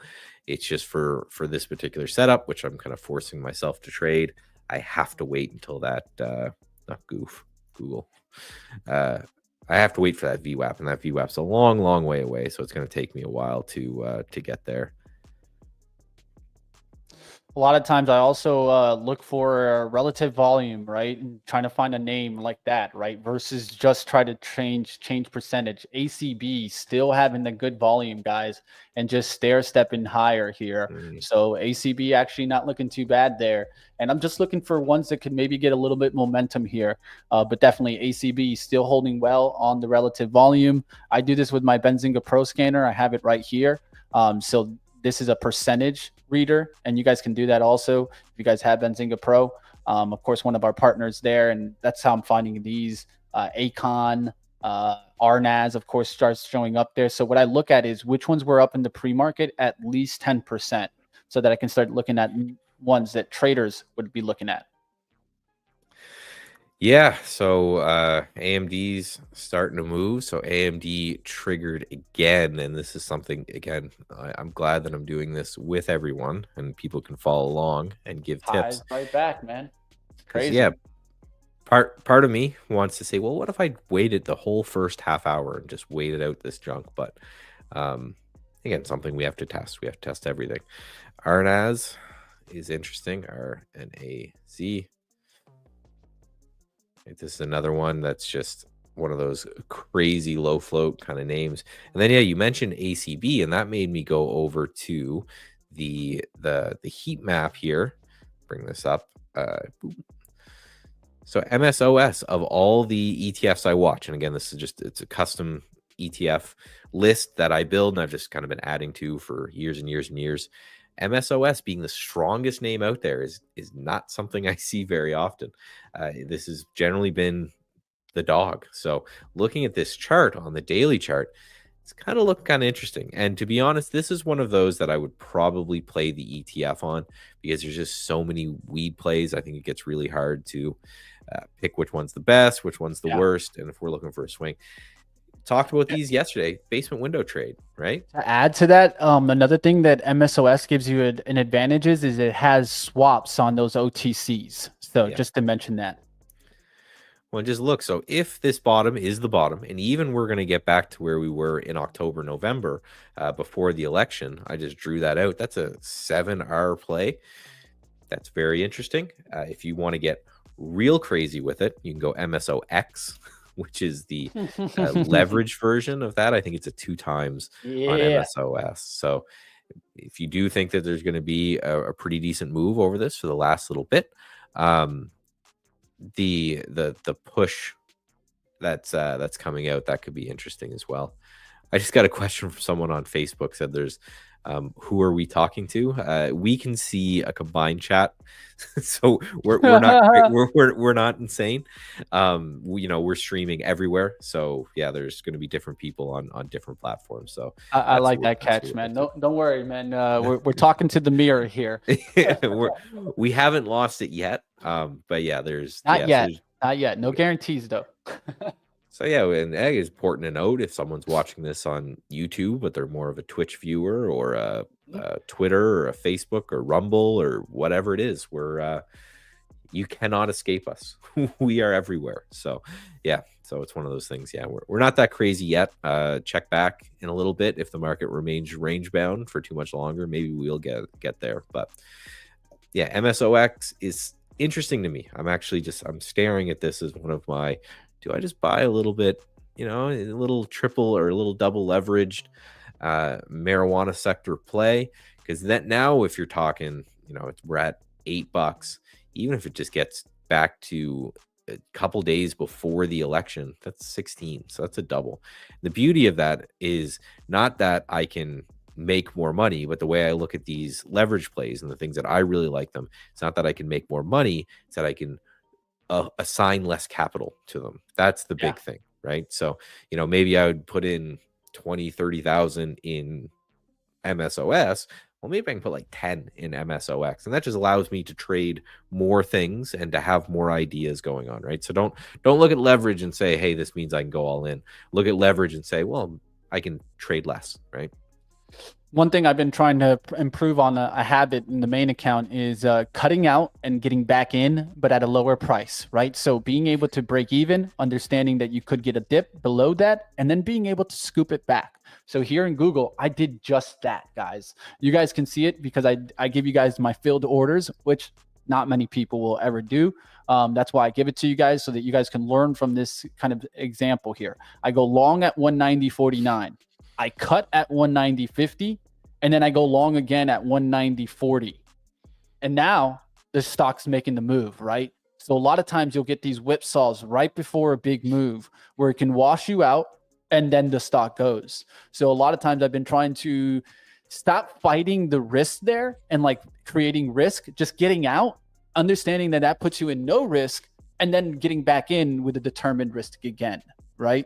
And so it's very difficult on the day trade action to do this. You have to be nimble and quick and almost have the mentality of, yes, I'm willing to take the stock again, but I'll cut out and get back in. Right. And that's how it is also with scaling in and out. Sometimes you got to scale in, and then the stock doesn't do what you're looking for. So you can get out, break even with all that sizing and start the strategy again.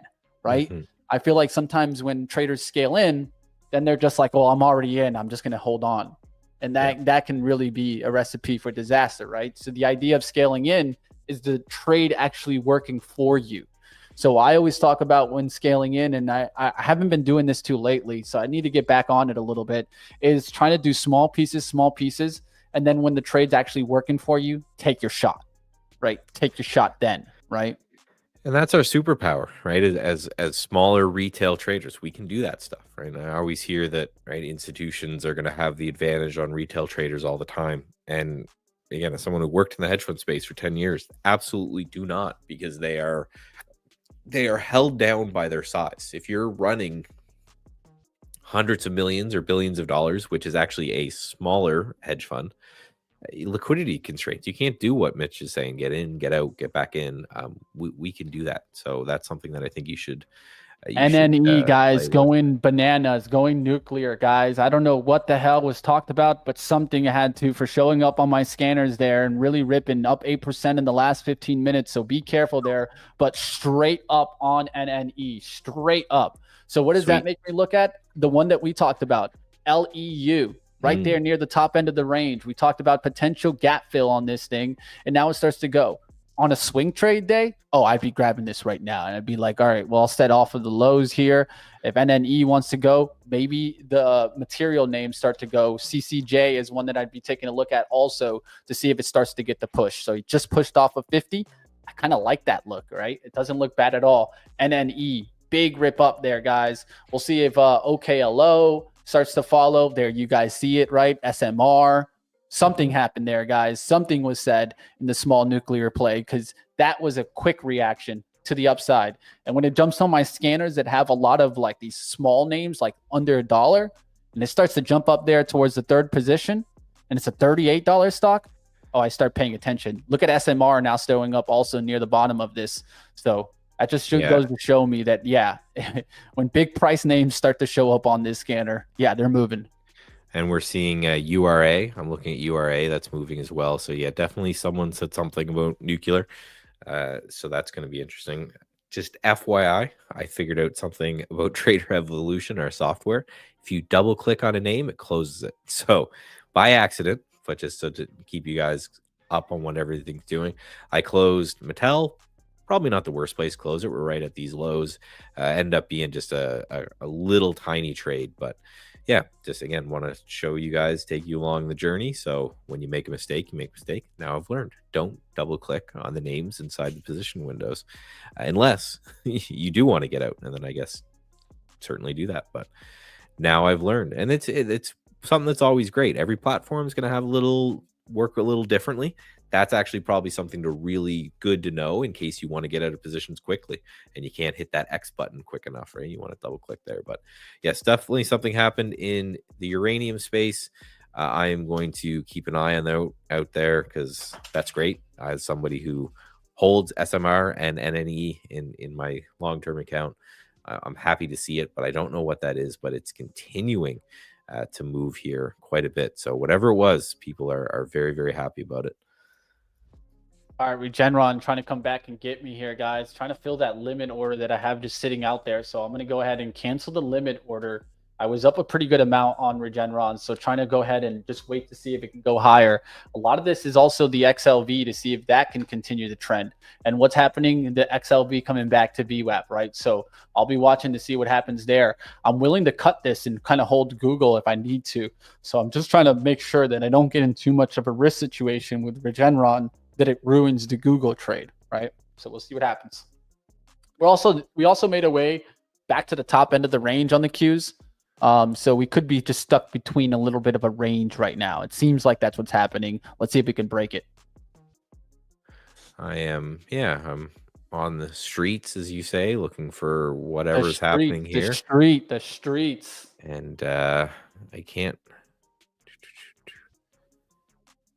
It seems to be, again, I'm not seeing any confirmation, but it seems to be some Trump talk about using nuclear power more. So again, maybe, but it's one of those things that that would be my guess, just looking at the chart anyway, but just not seeing anything that I would confirm there.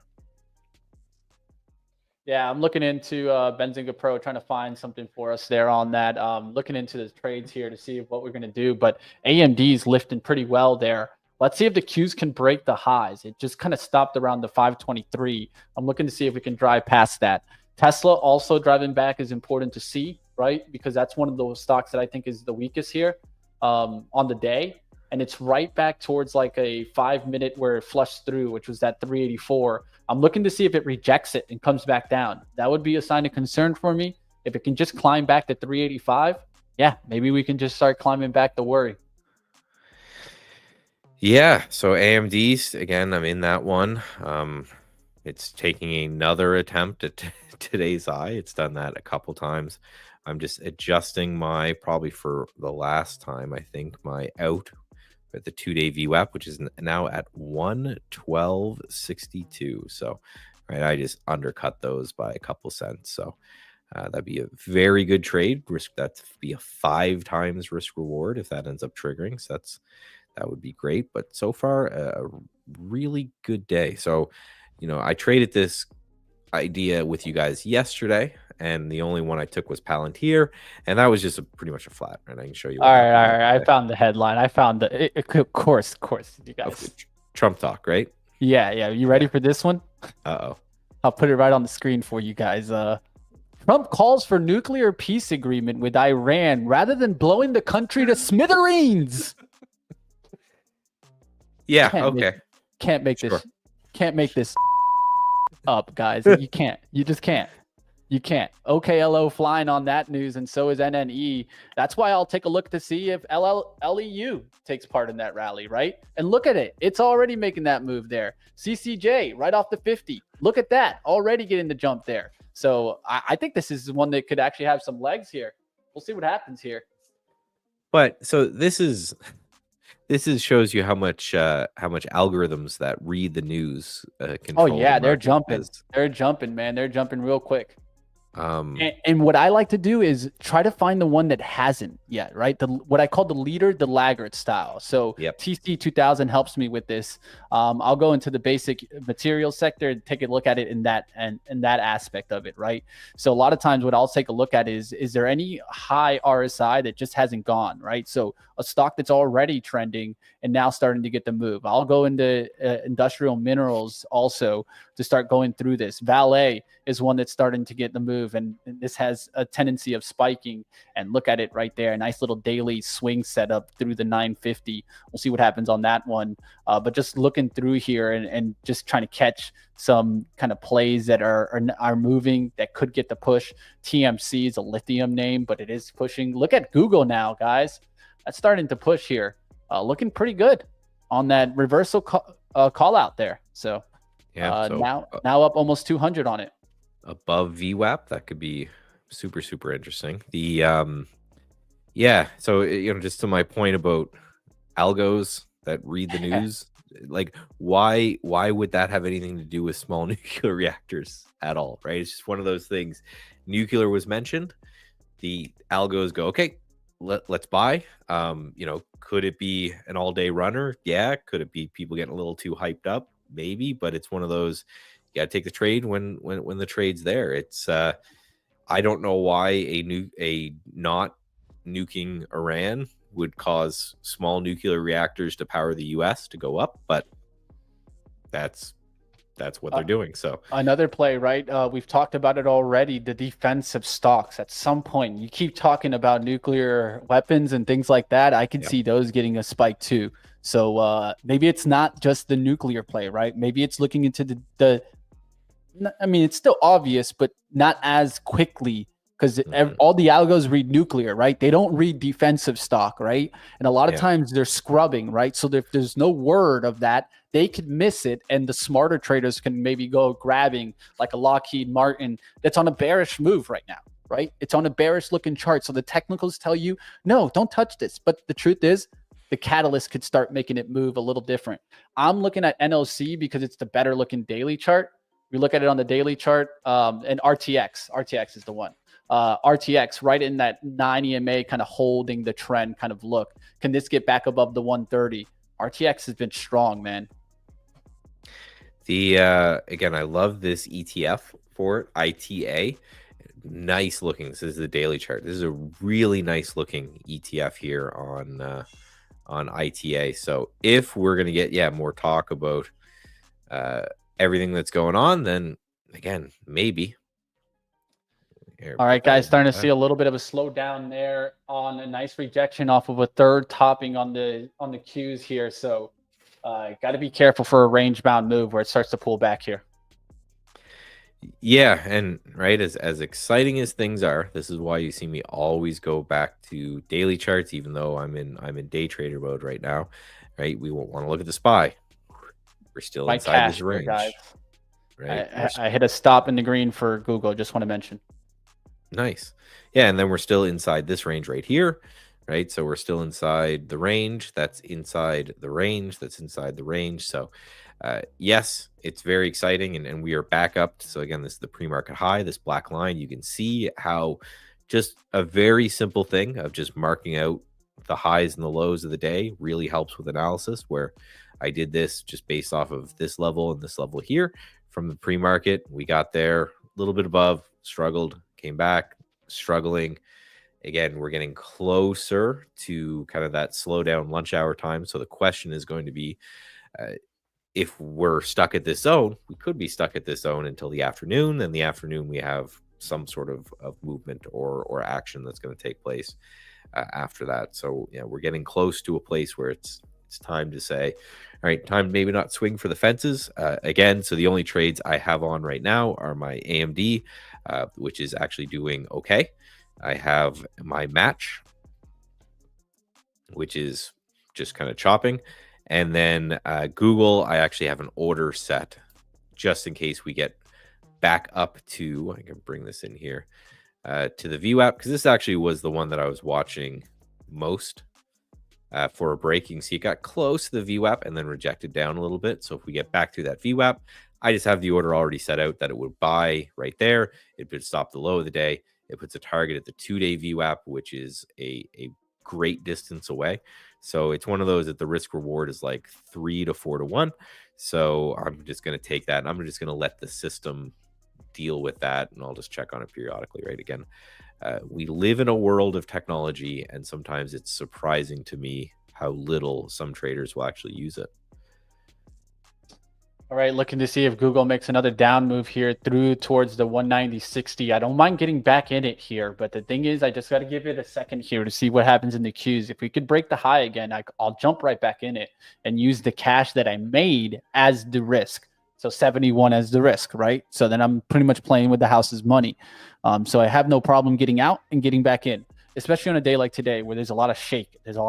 Right? Yeah. And essentially Google is still way below the VWAP. So that tells me be careful on my longs. It's okay, but I also don't want to get too pretty with it, right?